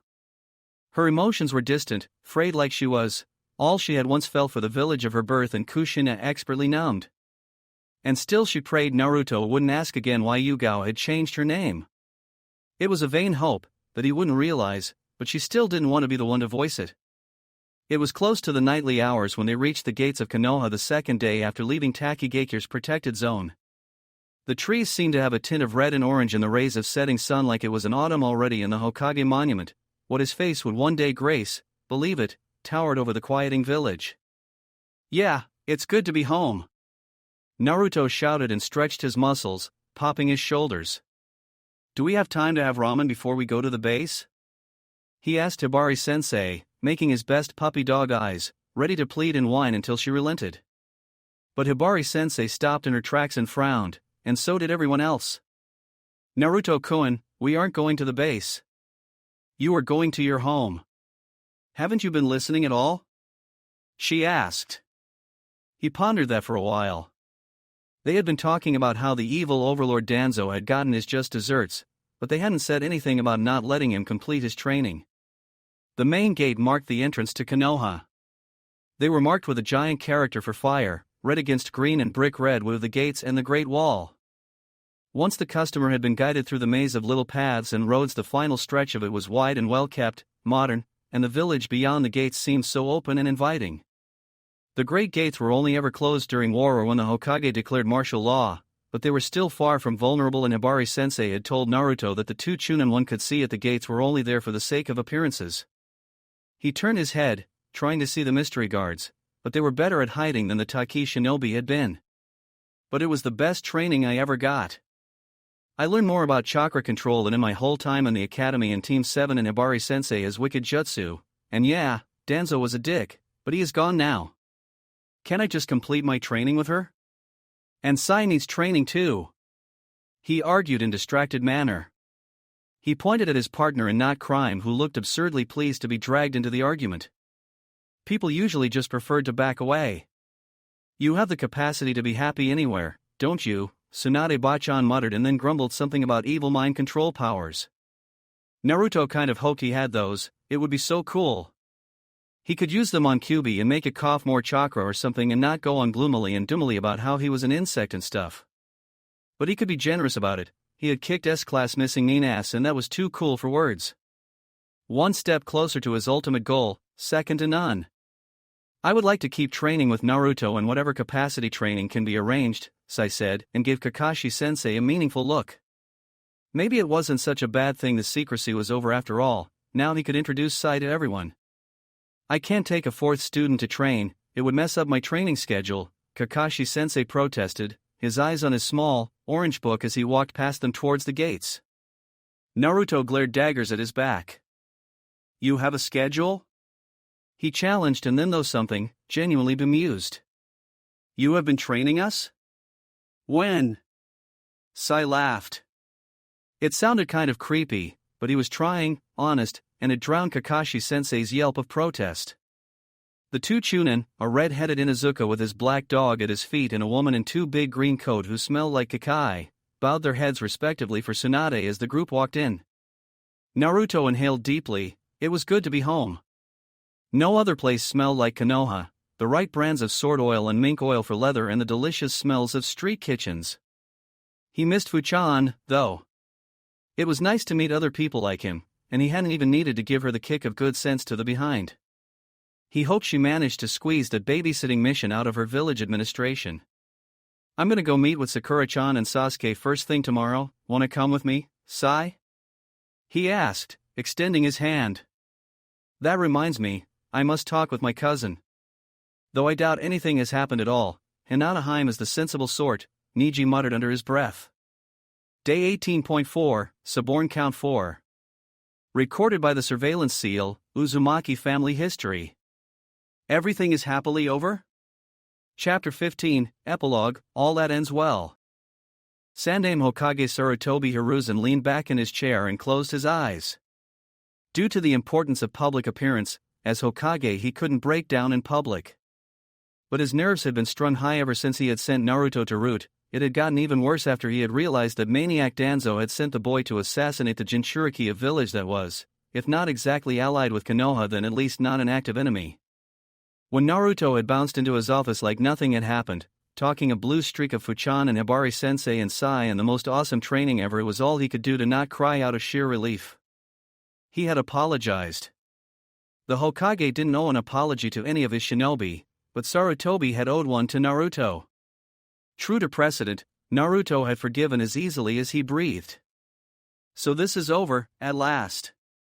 And your report on Naruto's advancement is most satisfactory, he said and opened his eyes. Okubo Hibari stood in front of him. A lesser woman might have fidgeted or at least stood tense before the leader she had participated in criminal conspiracy against, but Okubo-san seemed calm, at peace with herself. She had the bearing of a woman who had accepted any consequences. He wasn't an easy student, but he was the most motivated I have ever taught, Okubo-san agreed. She squinted her eyes a bit in the bright light of setting sun hitting the tower's uppermost windows. They had been strategically placed so that the sun would shine in the eyes of the person standing in front of his desk both early morning and late evening. He seems to have reached adequate skill level that I might tell him of his father. Give him his true heritage, Sarutobi said, and it was a test. Okubo-san hadn't so far volunteered any information on Naruto's parentage, and he was quite sure Danzo hadn't shared such sensitive information with his underlings, but the portrait of the yondaime was hanging on the wall of this very office, and when Okubo-san first arrived it caught her eye. He remembered that look, her narrowed eyes and thin mouth. She had peered at it from behind the pile of papers she had carried, then looked at him and looked almost sheepish. He wasn't sure how that should be read, but he was certain she had figured it out. The resemblance wasn't exactly subtle. I'm sure Naruto-kun would be thrilled to learn of his father, but have you thought he might wish to keep the name Uzumaki even after his parentage becomes public knowledge one day? Okubo-san challenged him. What makes you think so? He could see Naruto running around Konoha and shouting the truth from the rooftops, finally vindicated. He has been belittled as Uzumaki all his life, and he resolved to make that name known to all as the strongest shinobi of Konoha. He wants to be known by his own merits, make his own name. He would feel he was riding his father's coattails if he took the name Namikaze. Okubo-san said. A small movement in her hands caught Sarutobi's attention, the closing fingers not quite disguising the slightly open mouths. I see. Okubo-san might be called something of an expert on father issues, but Sarutobi was still doubtful. Also, he has found family from the Uzumaki side, and I think he would rather keep the name of the living than the dead. If you wish to please him, you could award them a clan status. I believe the laws state a family the Hokage regards suitable may be granted that status if it has at least 3 active ninja and at least one of them is a man, she suggested.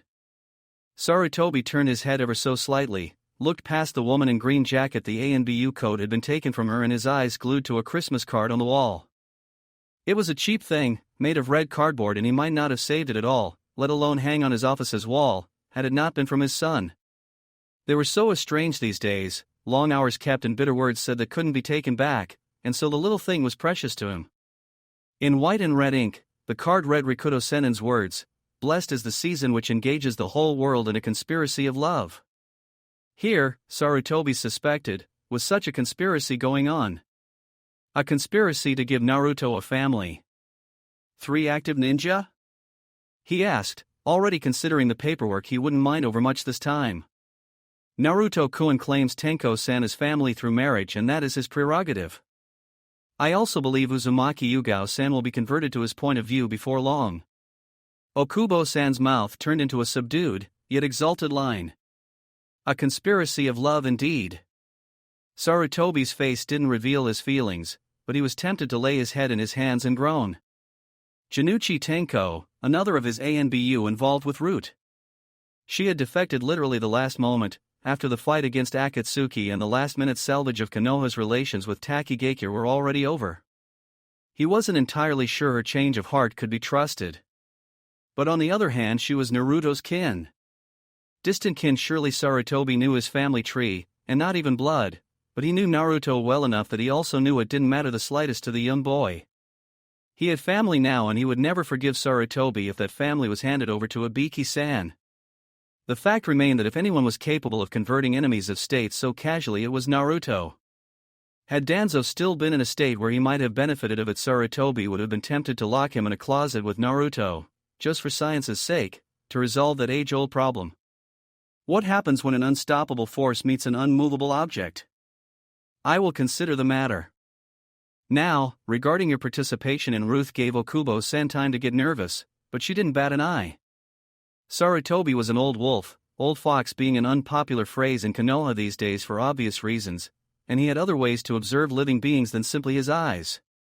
Her heart didn't speed up, the barely perceptible flow of discreet lightning jutsu didn't show any changes in her skin conductivity. Was this faith in Naruto's protection, or didn't she care anymore? Taking your voluntary cooperation in revealing Danzo's schemes in consideration, I have decided to be very lenient with you. You will not be court-martialed. But you have proven yourself unreliable as an ANBU, and so you will never hold that position again in Konoha. Please send Junichi Tenko-san in as you leave, he ordered. Now Okubo-san was clearly shaken, but she took a discreet calming breath, saluted him and walked briskly to the door. Tell me one more thing, he asked, and Okubo-san obediently turned from the door to face him again. Why weren't you afraid of death? Naruto-kun wouldn't love and admire you so much if he for a second believed you might kill a previously brainwashed person, Okubo-san said simply.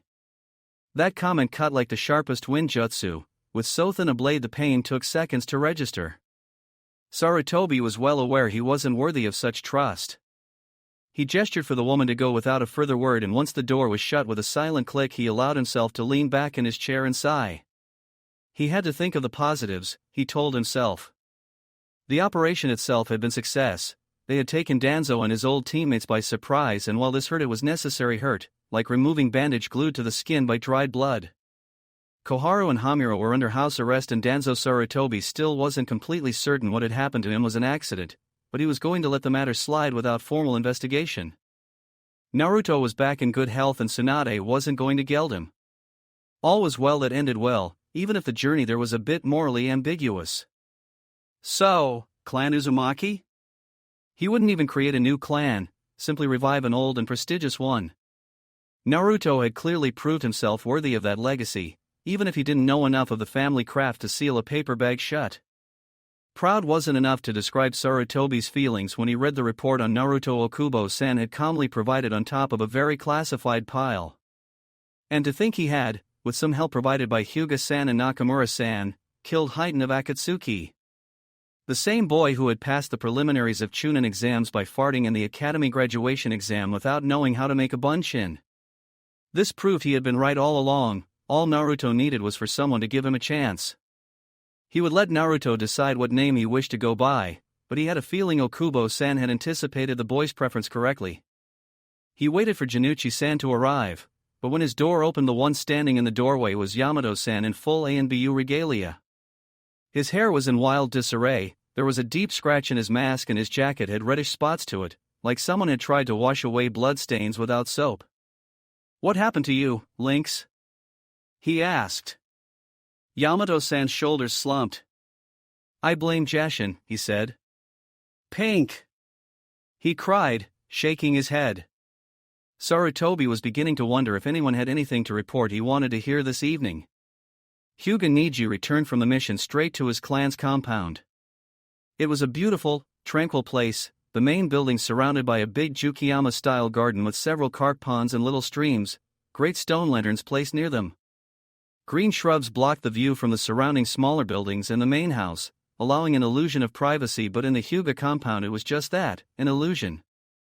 Niji had always felt very claustrophobic there, and he was grateful for his sensei's somewhat insane training regime that allowed him to spend most of his time outside. He was, technically speaking, supposed to check in with his uncle first once he returned from a mission, but Hayashi-sama had been quite a lot more relaxed lately and Niji decided to push the envelope a bit. He was fairly sure Hinata-hime hadn't done anything stupid, but he activated his Byakugan and allowed his gaze to sweep through the main house. Many in Konoha were in awe of this skill, envious, but while it was useful in battle, mostly Niji found it, well, embarrassing. He saw his uncle sitting in a bathtub, having his shoulders massaged by a female companion. He saw a very dignified jonin, a strict instructor of the children of the clan, posing in front of a mirror, making one grandiose pose after another, and he really could have done without ever learning to cook sliced onions with kunai. He hoped direly it hadn't ever been used for anything but cooking. But he also saw Hinata-hime in the tea garden behind the house and headed there. The tea garden was small, but showed good taste. Niji walked the stepping stones leading to the tea house. There was a small stone lantern in front of it, as well as a stone basin where guests would purify themselves before a ceremony. Hinata was sitting on its rim, with a book in hand. She didn't appear to be reading at all. Niji's eyebrow was raised by the red hood she was wearing and that she was without her favorite jacket. "I trust you have been well, Hinata-hime," he said formally, not yet comfortable with being familiar with his cousin after years of belittling and bullying her, despite knowing she might have preferred more affability. Hinata-hime looked at him and blushed immediately beet red. Hinata was sitting in a tea garden, minding her own business, and what business she had to mind. Privacy was a very hypothetical concept in the Hyuga household, and so she had a book as an excuse, but she couldn't really muster the calm of mind necessary to concentrate on it. Her mind dwelt on their ill-fated trip to the Hokage Tower's cells, and she felt like the world's biggest pushover. She had known it wasn't a good idea, but Sasuke-san had been so decisive and she had been so worried for Naruto-kun, she had simply gone along with it anyway. To top the misery off, they had found out nothing new concerning Naruto-kun's whereabouts. So of course when she thought things couldn't get any worse, Niji knees and walked to her and asked, "I trust you have been well, Hinata-hime." "I trust you," the words echoed in her ears, "I trust you." And what Hinata couldn't help remembering, Sasuke-san marched to the door of the cell. Sakura-san bent down to frisk the keys from the fallen guard in ANBU. Hinata could barely believe Kiba's off-the-wall plan had really allowed them to defeat an ANBU and gave Sasuke-san the keys. He only grunted as a response and opened the door. It was a sturdy metal door, lavishly decorated by complicated seals barely visible in the dim light, and Hinata had second thoughts as to whether or not opening it was wise. She had seen Shimura Danzo often, though never spoken with the man, and she knew that while he was a fragile-looking old man, crippled bravely defending Konoha. The way he moved wasn't that of a harmless old man. The eyes of the Hugo were very, very sharp. Maybe this isn't, she tried to say, but the darkness around them swallowed her voice until it was barely more than the timid peep of a mouse. The lock let out a terrible screech, and the hinge was even worse as Sasuke-san slammed the door open. The cell was small, 6 by 6 feet. The walls were bare and there was no furniture, only a mattress on the floor without any bedclothes. There was one light bulb in the ceiling, no lampshade at all, but behind a heavy metal grill. As the walls were chalked white, the cell was actually quite bright. Much too bright to comfortably sleep in, and Hinata was sure that was entirely intentional. The only spot of color in this sparseness was the man sitting on the mattress and raising one regal eyebrow, bruised and heavily bandaged, but resolute in demeanor. "I see I have visitors," the man said dryly as he rose on his feet. He winced in pain, and it was real, but his muscles were tense in the way the preludes an attack. Hinata took a ready stance and calmed her breath. Naruto-kun was depending on her now. The door was open. There was nothing to do but to see this through. "Where is Naruto?" Sasuke-san spat the words out. He was fairly simmering with rage. Hinata couldn't see his face, but as she discreetly activated her Byakugan, layering a Genjutsu over herself just as Kurenai-sensei had taught her, she could see chakra spark at the bottom of his eyeballs. He had activated his Sharingan. "Where did you send him to? What have you done to him?" Sakura-san asked. Hinata winced and bit her lower lip, remembering what father had told her of dealing with the council members.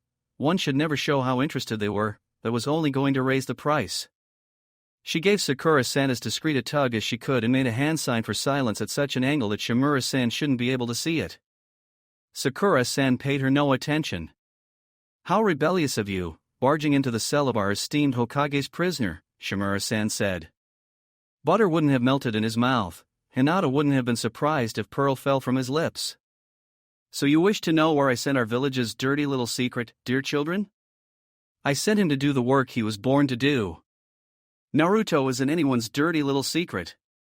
He's a Konoha nin." Kiba-kun shouted and Akamaru barked at his feet. They both bared their teeth, lips curling to reveal their gums. Like their dogs, the Inazuka were loyal and fierce, yet gentle to their own.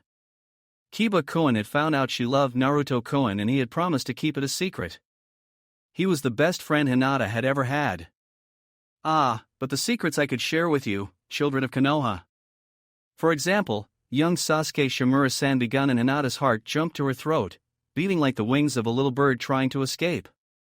She didn't know how and she didn't know why, but she was absolutely, undeniably, completely sure that what Shimura-san was going to say could only lead to a catastrophe, and she must stop him, in any way she could. But what could she do? What would Naruto-kun do? Shimura-san raised his hand, slowly, dramatically, and haste one now. The hare beat the tortoise. Quickly, efficiently, unnoticed by Kiba-kun and Sakura-san and Sasuke-san because she was standing behind them, unnoticed by Shimura-san who was looking Sasuke-san with hunger in his eyes, Hinata called Genjutsu upon herself. She knew Naruto-kun better than anyone, so she believed, for she had spent countless hours following him from the shadows, watching, trying to gather her courage to talk with him. The body was easy, her face, her hair, the shape of her shoulders, the way the clothes hung from her body, flat, muscled chest, the way he stood, the way he held his head proudly high. The way his mouth curled when he didn't like something, between snarl and pout. His smell, sandy from the practice fields with a hint of sweat, metal and ramen and a hint of blood. It was hard, but then, she was a student of the best Genjutsu mistress in Konoha. Hinata remembered Naruto-kun's chakra, the boisterous, overflowing tingle of it, the merest, tiniest tint of red and heat beneath, like water from hot spring. "Danzo," she said with Naruto-kun's voice, she said as Naruto-kun would have said. No family name. No honorific. No respect. They all whirled around, leaving their backs vulnerable to Shimura-san. But Shimura-san only stared at her, his hand frozen in the air. "Naruto, where did you come from?" Kiba-kun was the first to find his tongue. Before Hinata could even begin to think of an answer, Shimura-san's mouth twisted into an ugly grimace. "You!" he shouted. I should have just had you assassinated as the threat to this village that you are and been done with it. You grew without discipline, without purpose, you were ruined courtesy of the old fool. Do you have any idea what you have done? We are tools for the good of the village, nothing less and nothing more. Spit was running down from the corner of his mouth and he was waving his arms in wide circles. Tools have nothing to fight for, nothing they feel passionate about. You are truly a sad person if that is what you aspire to be, Hinata said because she felt it was what Naruto-kun would have said. She felt his ghostly hands around herself, felt him holding her up, lending her courage. She believed in his nindo and one day the entire continent would, of this she had no doubts. We have no right to dreams and ideals of our own. Soldiers only carry out the dreams of their betters. The interests of the village should be placed above all else, even ethics and morals. Especially ethics and morals, those lead to weakness and weakness leads to destruction. You have suborned my people whom I painstakingly crafted into ideal tools for the best of Shimura-san said no more. He clutched his chest and his voice shimmered away into nothing but moans. His outburst, so violent and so different from his manner up to that point, had startled Hinata's companions so she was the one who stood in front of them now. She had the ringside seat to witnessing Shimura-san's mouth foam like the muzzle of a rabid dog. Oh, so slowly he fell on his knees and then to the ground. Hinata allowed the genjutsu to fade with a startled, wet sob, biting her finger to keep the laugh inside. Life was great and terrible. Death had only one card to play, but death was part of life and life played with full deck and marked cards. It always had one ace up its sleeve, one more tragic comedy to play out. In his cell, Shimura Danzo died of an apoplectic fit. Okay, didn't expect that. Is he even alive anymore? Sakura-san asked. Hinata's Byakugan was still active and she could have told her that no, he wasn't. No, he isn't. I must compliment your technique, young Hyuga, a voice without any feature that might have set it apart from any voice in a crowd called behind them. They all whirled around. The ANBU in a rooster mask stood behind them. Hinata cancelled her Byakugan immediately, but she could see his appreciative face in a flash. She wondered what her father would do once he found out about this all. A perfectly natural death, impossible to prove otherwise after the fact. You were rather young to partake in political assassination, but then, your parents weren't that much older, Uchiha-san, Inuzuka-san. I believe Inuzuka Tsum distracted the mark by striptease while Uchiha Fugaku slipped poison into his drink, he waxed on, without any obvious sign of intending to detain them now that the element of surprise was no longer on their side. It was rather clever of you to not unmask me. I would be required to turn you over to Ibiki-san if you had, he went on. They all shivered. Hinata didn't tell him she had, even for a fleeting moment. She wondered about the look of satisfaction on his face then. I didn't see you, and you will never reveal to anyone I was beaten by a bunch of genin, the man said and then picked the keys from Sakura-san's lax hand. They wasted no time, Sakura-san running first and the rest of them after her, towards the sewers. I so didn't need to find that out about my mom. Kiba-kun moaned as he climbed back in. I have been well, Hinata stuttered, not able to meet Niji's face. Niji felt his mood darken at once. One didn't need to be a trained shinobi to realize something had happened. It hadn't been too disastrous as Hinata Heim was still here, out in the open and not locked into her room by her father, but then again, it might just be that she hadn't been found out yet. Hinata Heim, please. I realize my past actions might make it hard for you to trust me, but I am on your side. I need to know what has happened so I can protect you better. And so he would know exactly what he was punishing the last Uchiha for, and how severely. Yuzuki Yugao, proud ANBU of Konohagakure no Sato, was cooking. She wasn't a good cook by any standards, but as a single woman and how remembering the happy time before those accursed Shunin exams stung she had to feed herself or starve. She gathered the minced carrots, onions, and green bell pepper in the skillet on top of the pork and stirred. She had thought of Uzumaki Naruto when she had chosen to make yakisoba that night. Not that she had invited the young boy for a dinner, or ever intended to issue such an invitation. She didn't deserve to do so. She had been so angry, and stupid. The devastation Kyubi had left behind had been crushing. The chakra had burned away the forest and the old oak trees, hundreds of years old, had flown like matchsticks in the wind. The ground shook and great chasms opened, swallowing the defenders of the village, and several parts of the great wall crumbled. It had been fire and storm, chaos and death as men and women had thrown their lives away to stall the great beast at least a little, at least half a second, so the one who came after them might earn another, just a little more time for the yondaime to arrive. Then, miraculously, it had been over.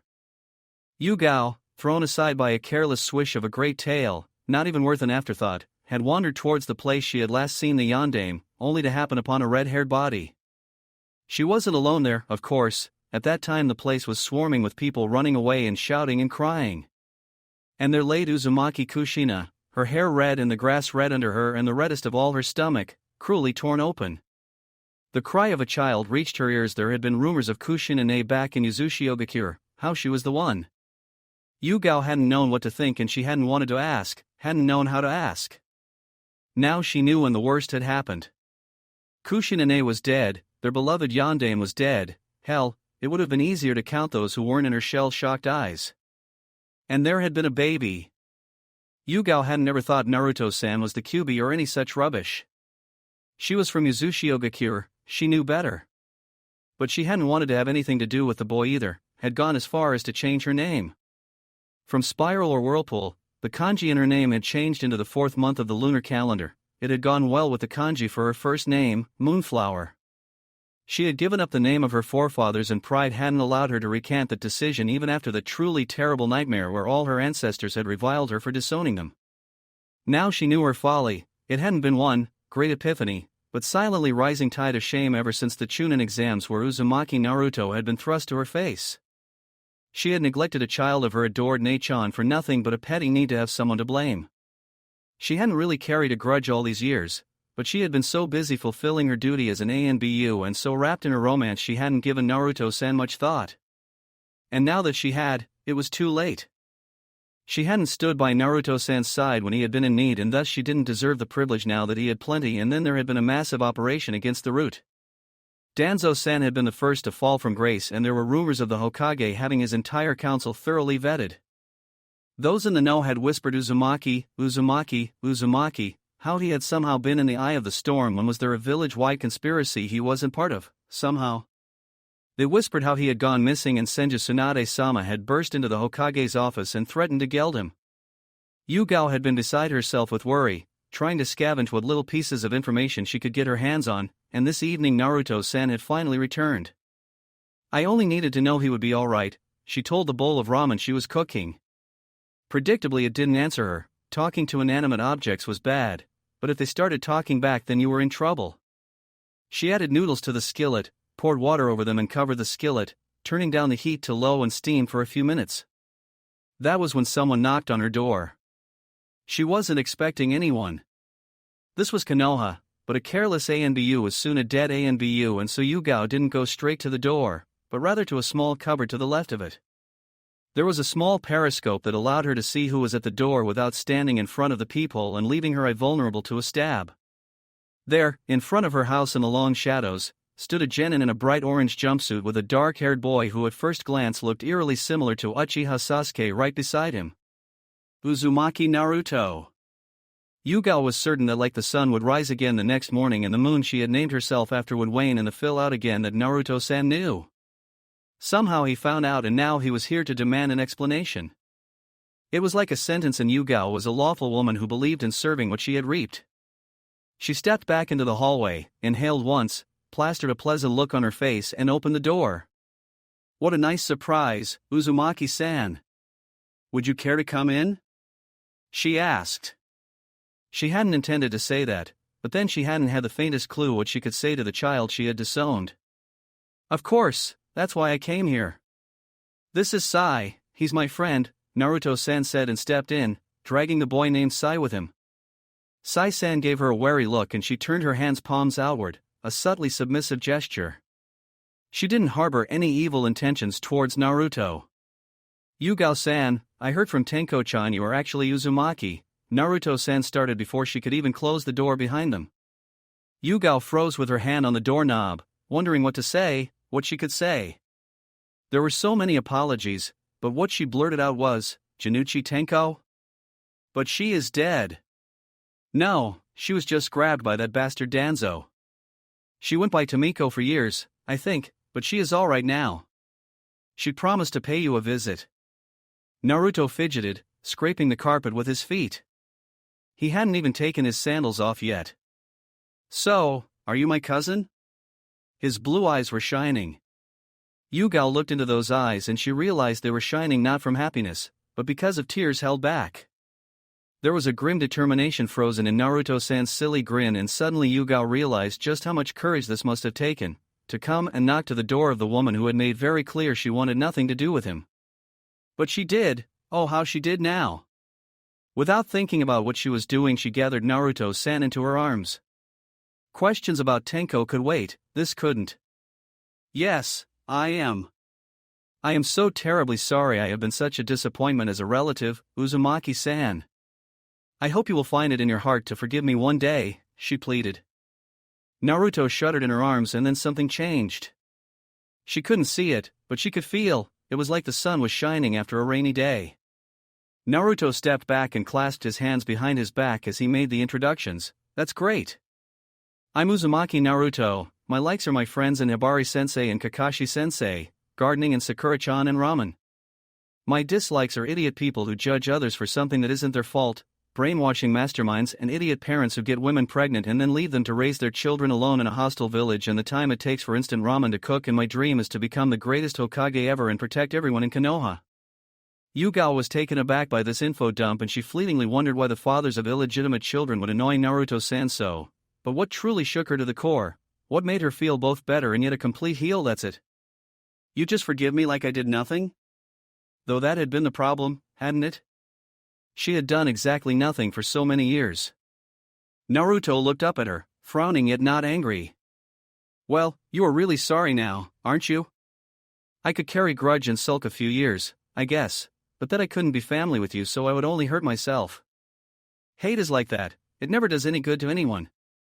Yugao remembered Sabaka no Gaara. She had been one of those dispatched to follow the obviously unstable Tsunagenin while he stayed in Konoha, and she could proudly attest Gaara had never disappeared on her watch. Not all could claim the same. She remembered those green eyes, hungry and rabid and hurting.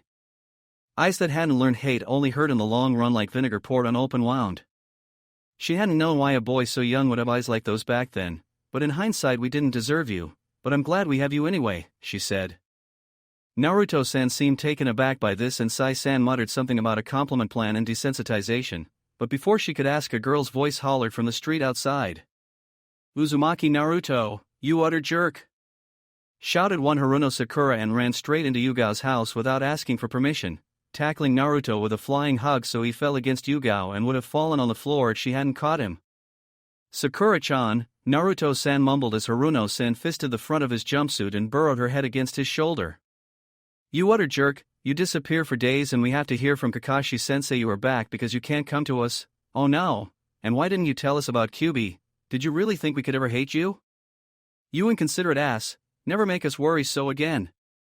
She shouted and peppered him with feeble, ineffective hits to the chest. Haruno-san's hands were shaking badly.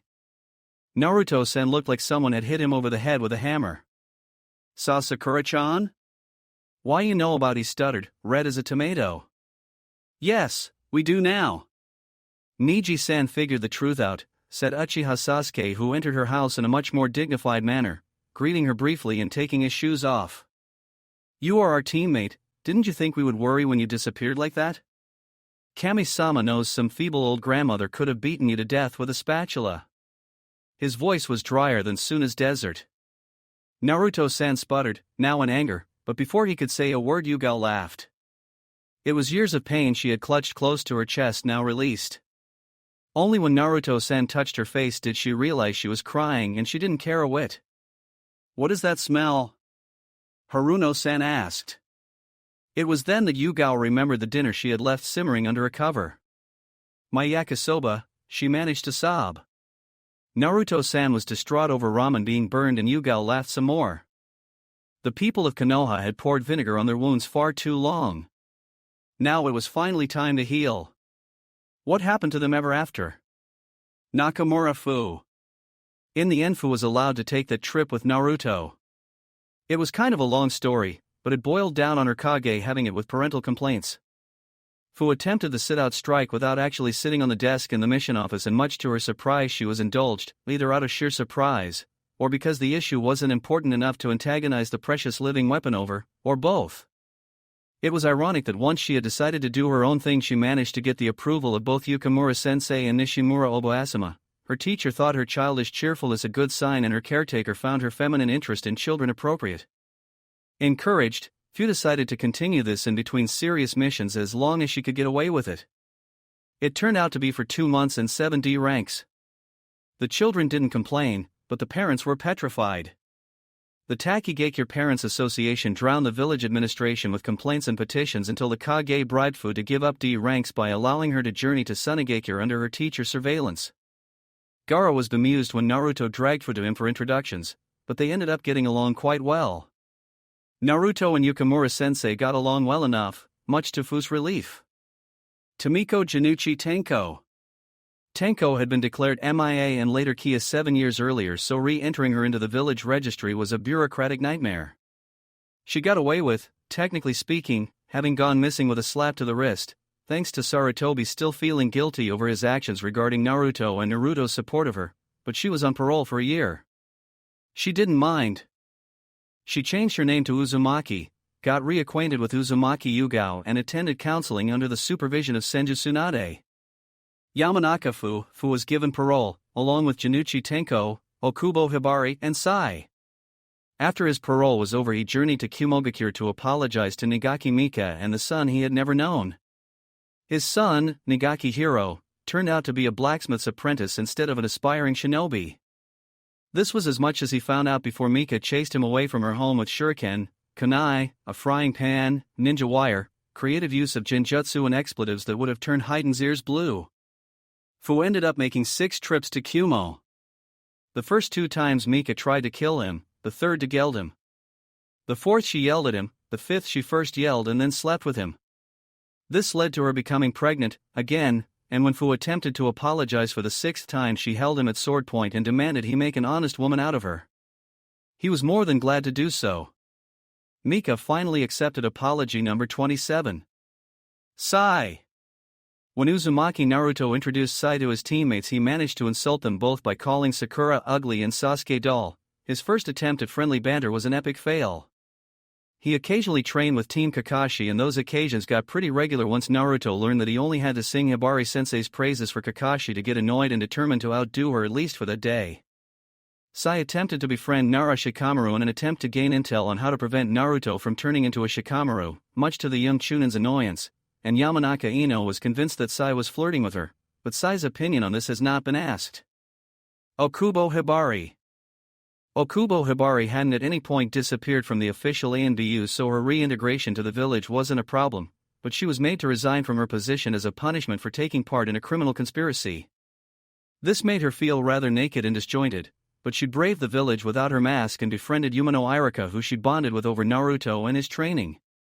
She still trained her former Kohai in between missions and gleefully helped him to go to Taki Kakashi and Jiraiya once she realized the effect she had on them. At Yamanaka Fu's wedding, she decided to give up her grudge on her father and never think of the man again. This was easier said than done, but over the course of next 3 years she got over the issue. She became a Jonin sensei, since by teaching Naruto and Sai she had learned she enjoyed training the youth. The Mori clan tried to assassinate her once they learned of her existence, but the attempt was unsuccessful and she wasn't above rubbing it to their faces by mailing the 3 Jonin Hitai back to Iwa. In the Iwa bingo book she goes by the name Okubo, the evil counterpart, and it amuses her greatly. Hyuga Niji. He tried to kill Uchiha Sasuke the day after he returned to the village, 3.5 minutes after Hinata folded and told him what had transpired between the time Niji had left the village and the time he had returned. Uzumaki Naruto.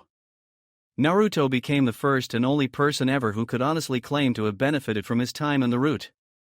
His chakra control was better, though he was still very much in awe of Fuchan after she told him of the Biwa string exercise. He had learned a cool forbidden vampire technique to make bombs, and Hibari-sensei's voice in his head proved to be much more useful than Kyuubi's ever. Even better, he was his bright, optimistic self, a fact that hasn't ceased to intrigue Marino Ibiki. Tsunade had to forbid him from attempting to interview Naruto under pain of invasive rectal examinations. He was honestly surprised by how much he had been missed, and by how many people. He wasted no time asking Sakura-chan for a date and was turned down as always, but even that couldn't darken his mood as he learned of the mass migration to the Hokage's office on his behalf. He will deny to the day he dies that he cried then. Naruto was also very, very pleased to learn he could have a clan of his own. He wasted no time giving Tenko the right to Uzumaki name and badgering Yugao into changing hers back. What he thought when Sarutobi told him of his father, well, that is a tale for another time. The end. Go support me on Patreon for more fan fiction that includes adult content as well. The link is in the description and like everywhere on my channel. Thank you for your views, likes, subscriptions, and overall support of my ongoing efforts to bring great content to all of you.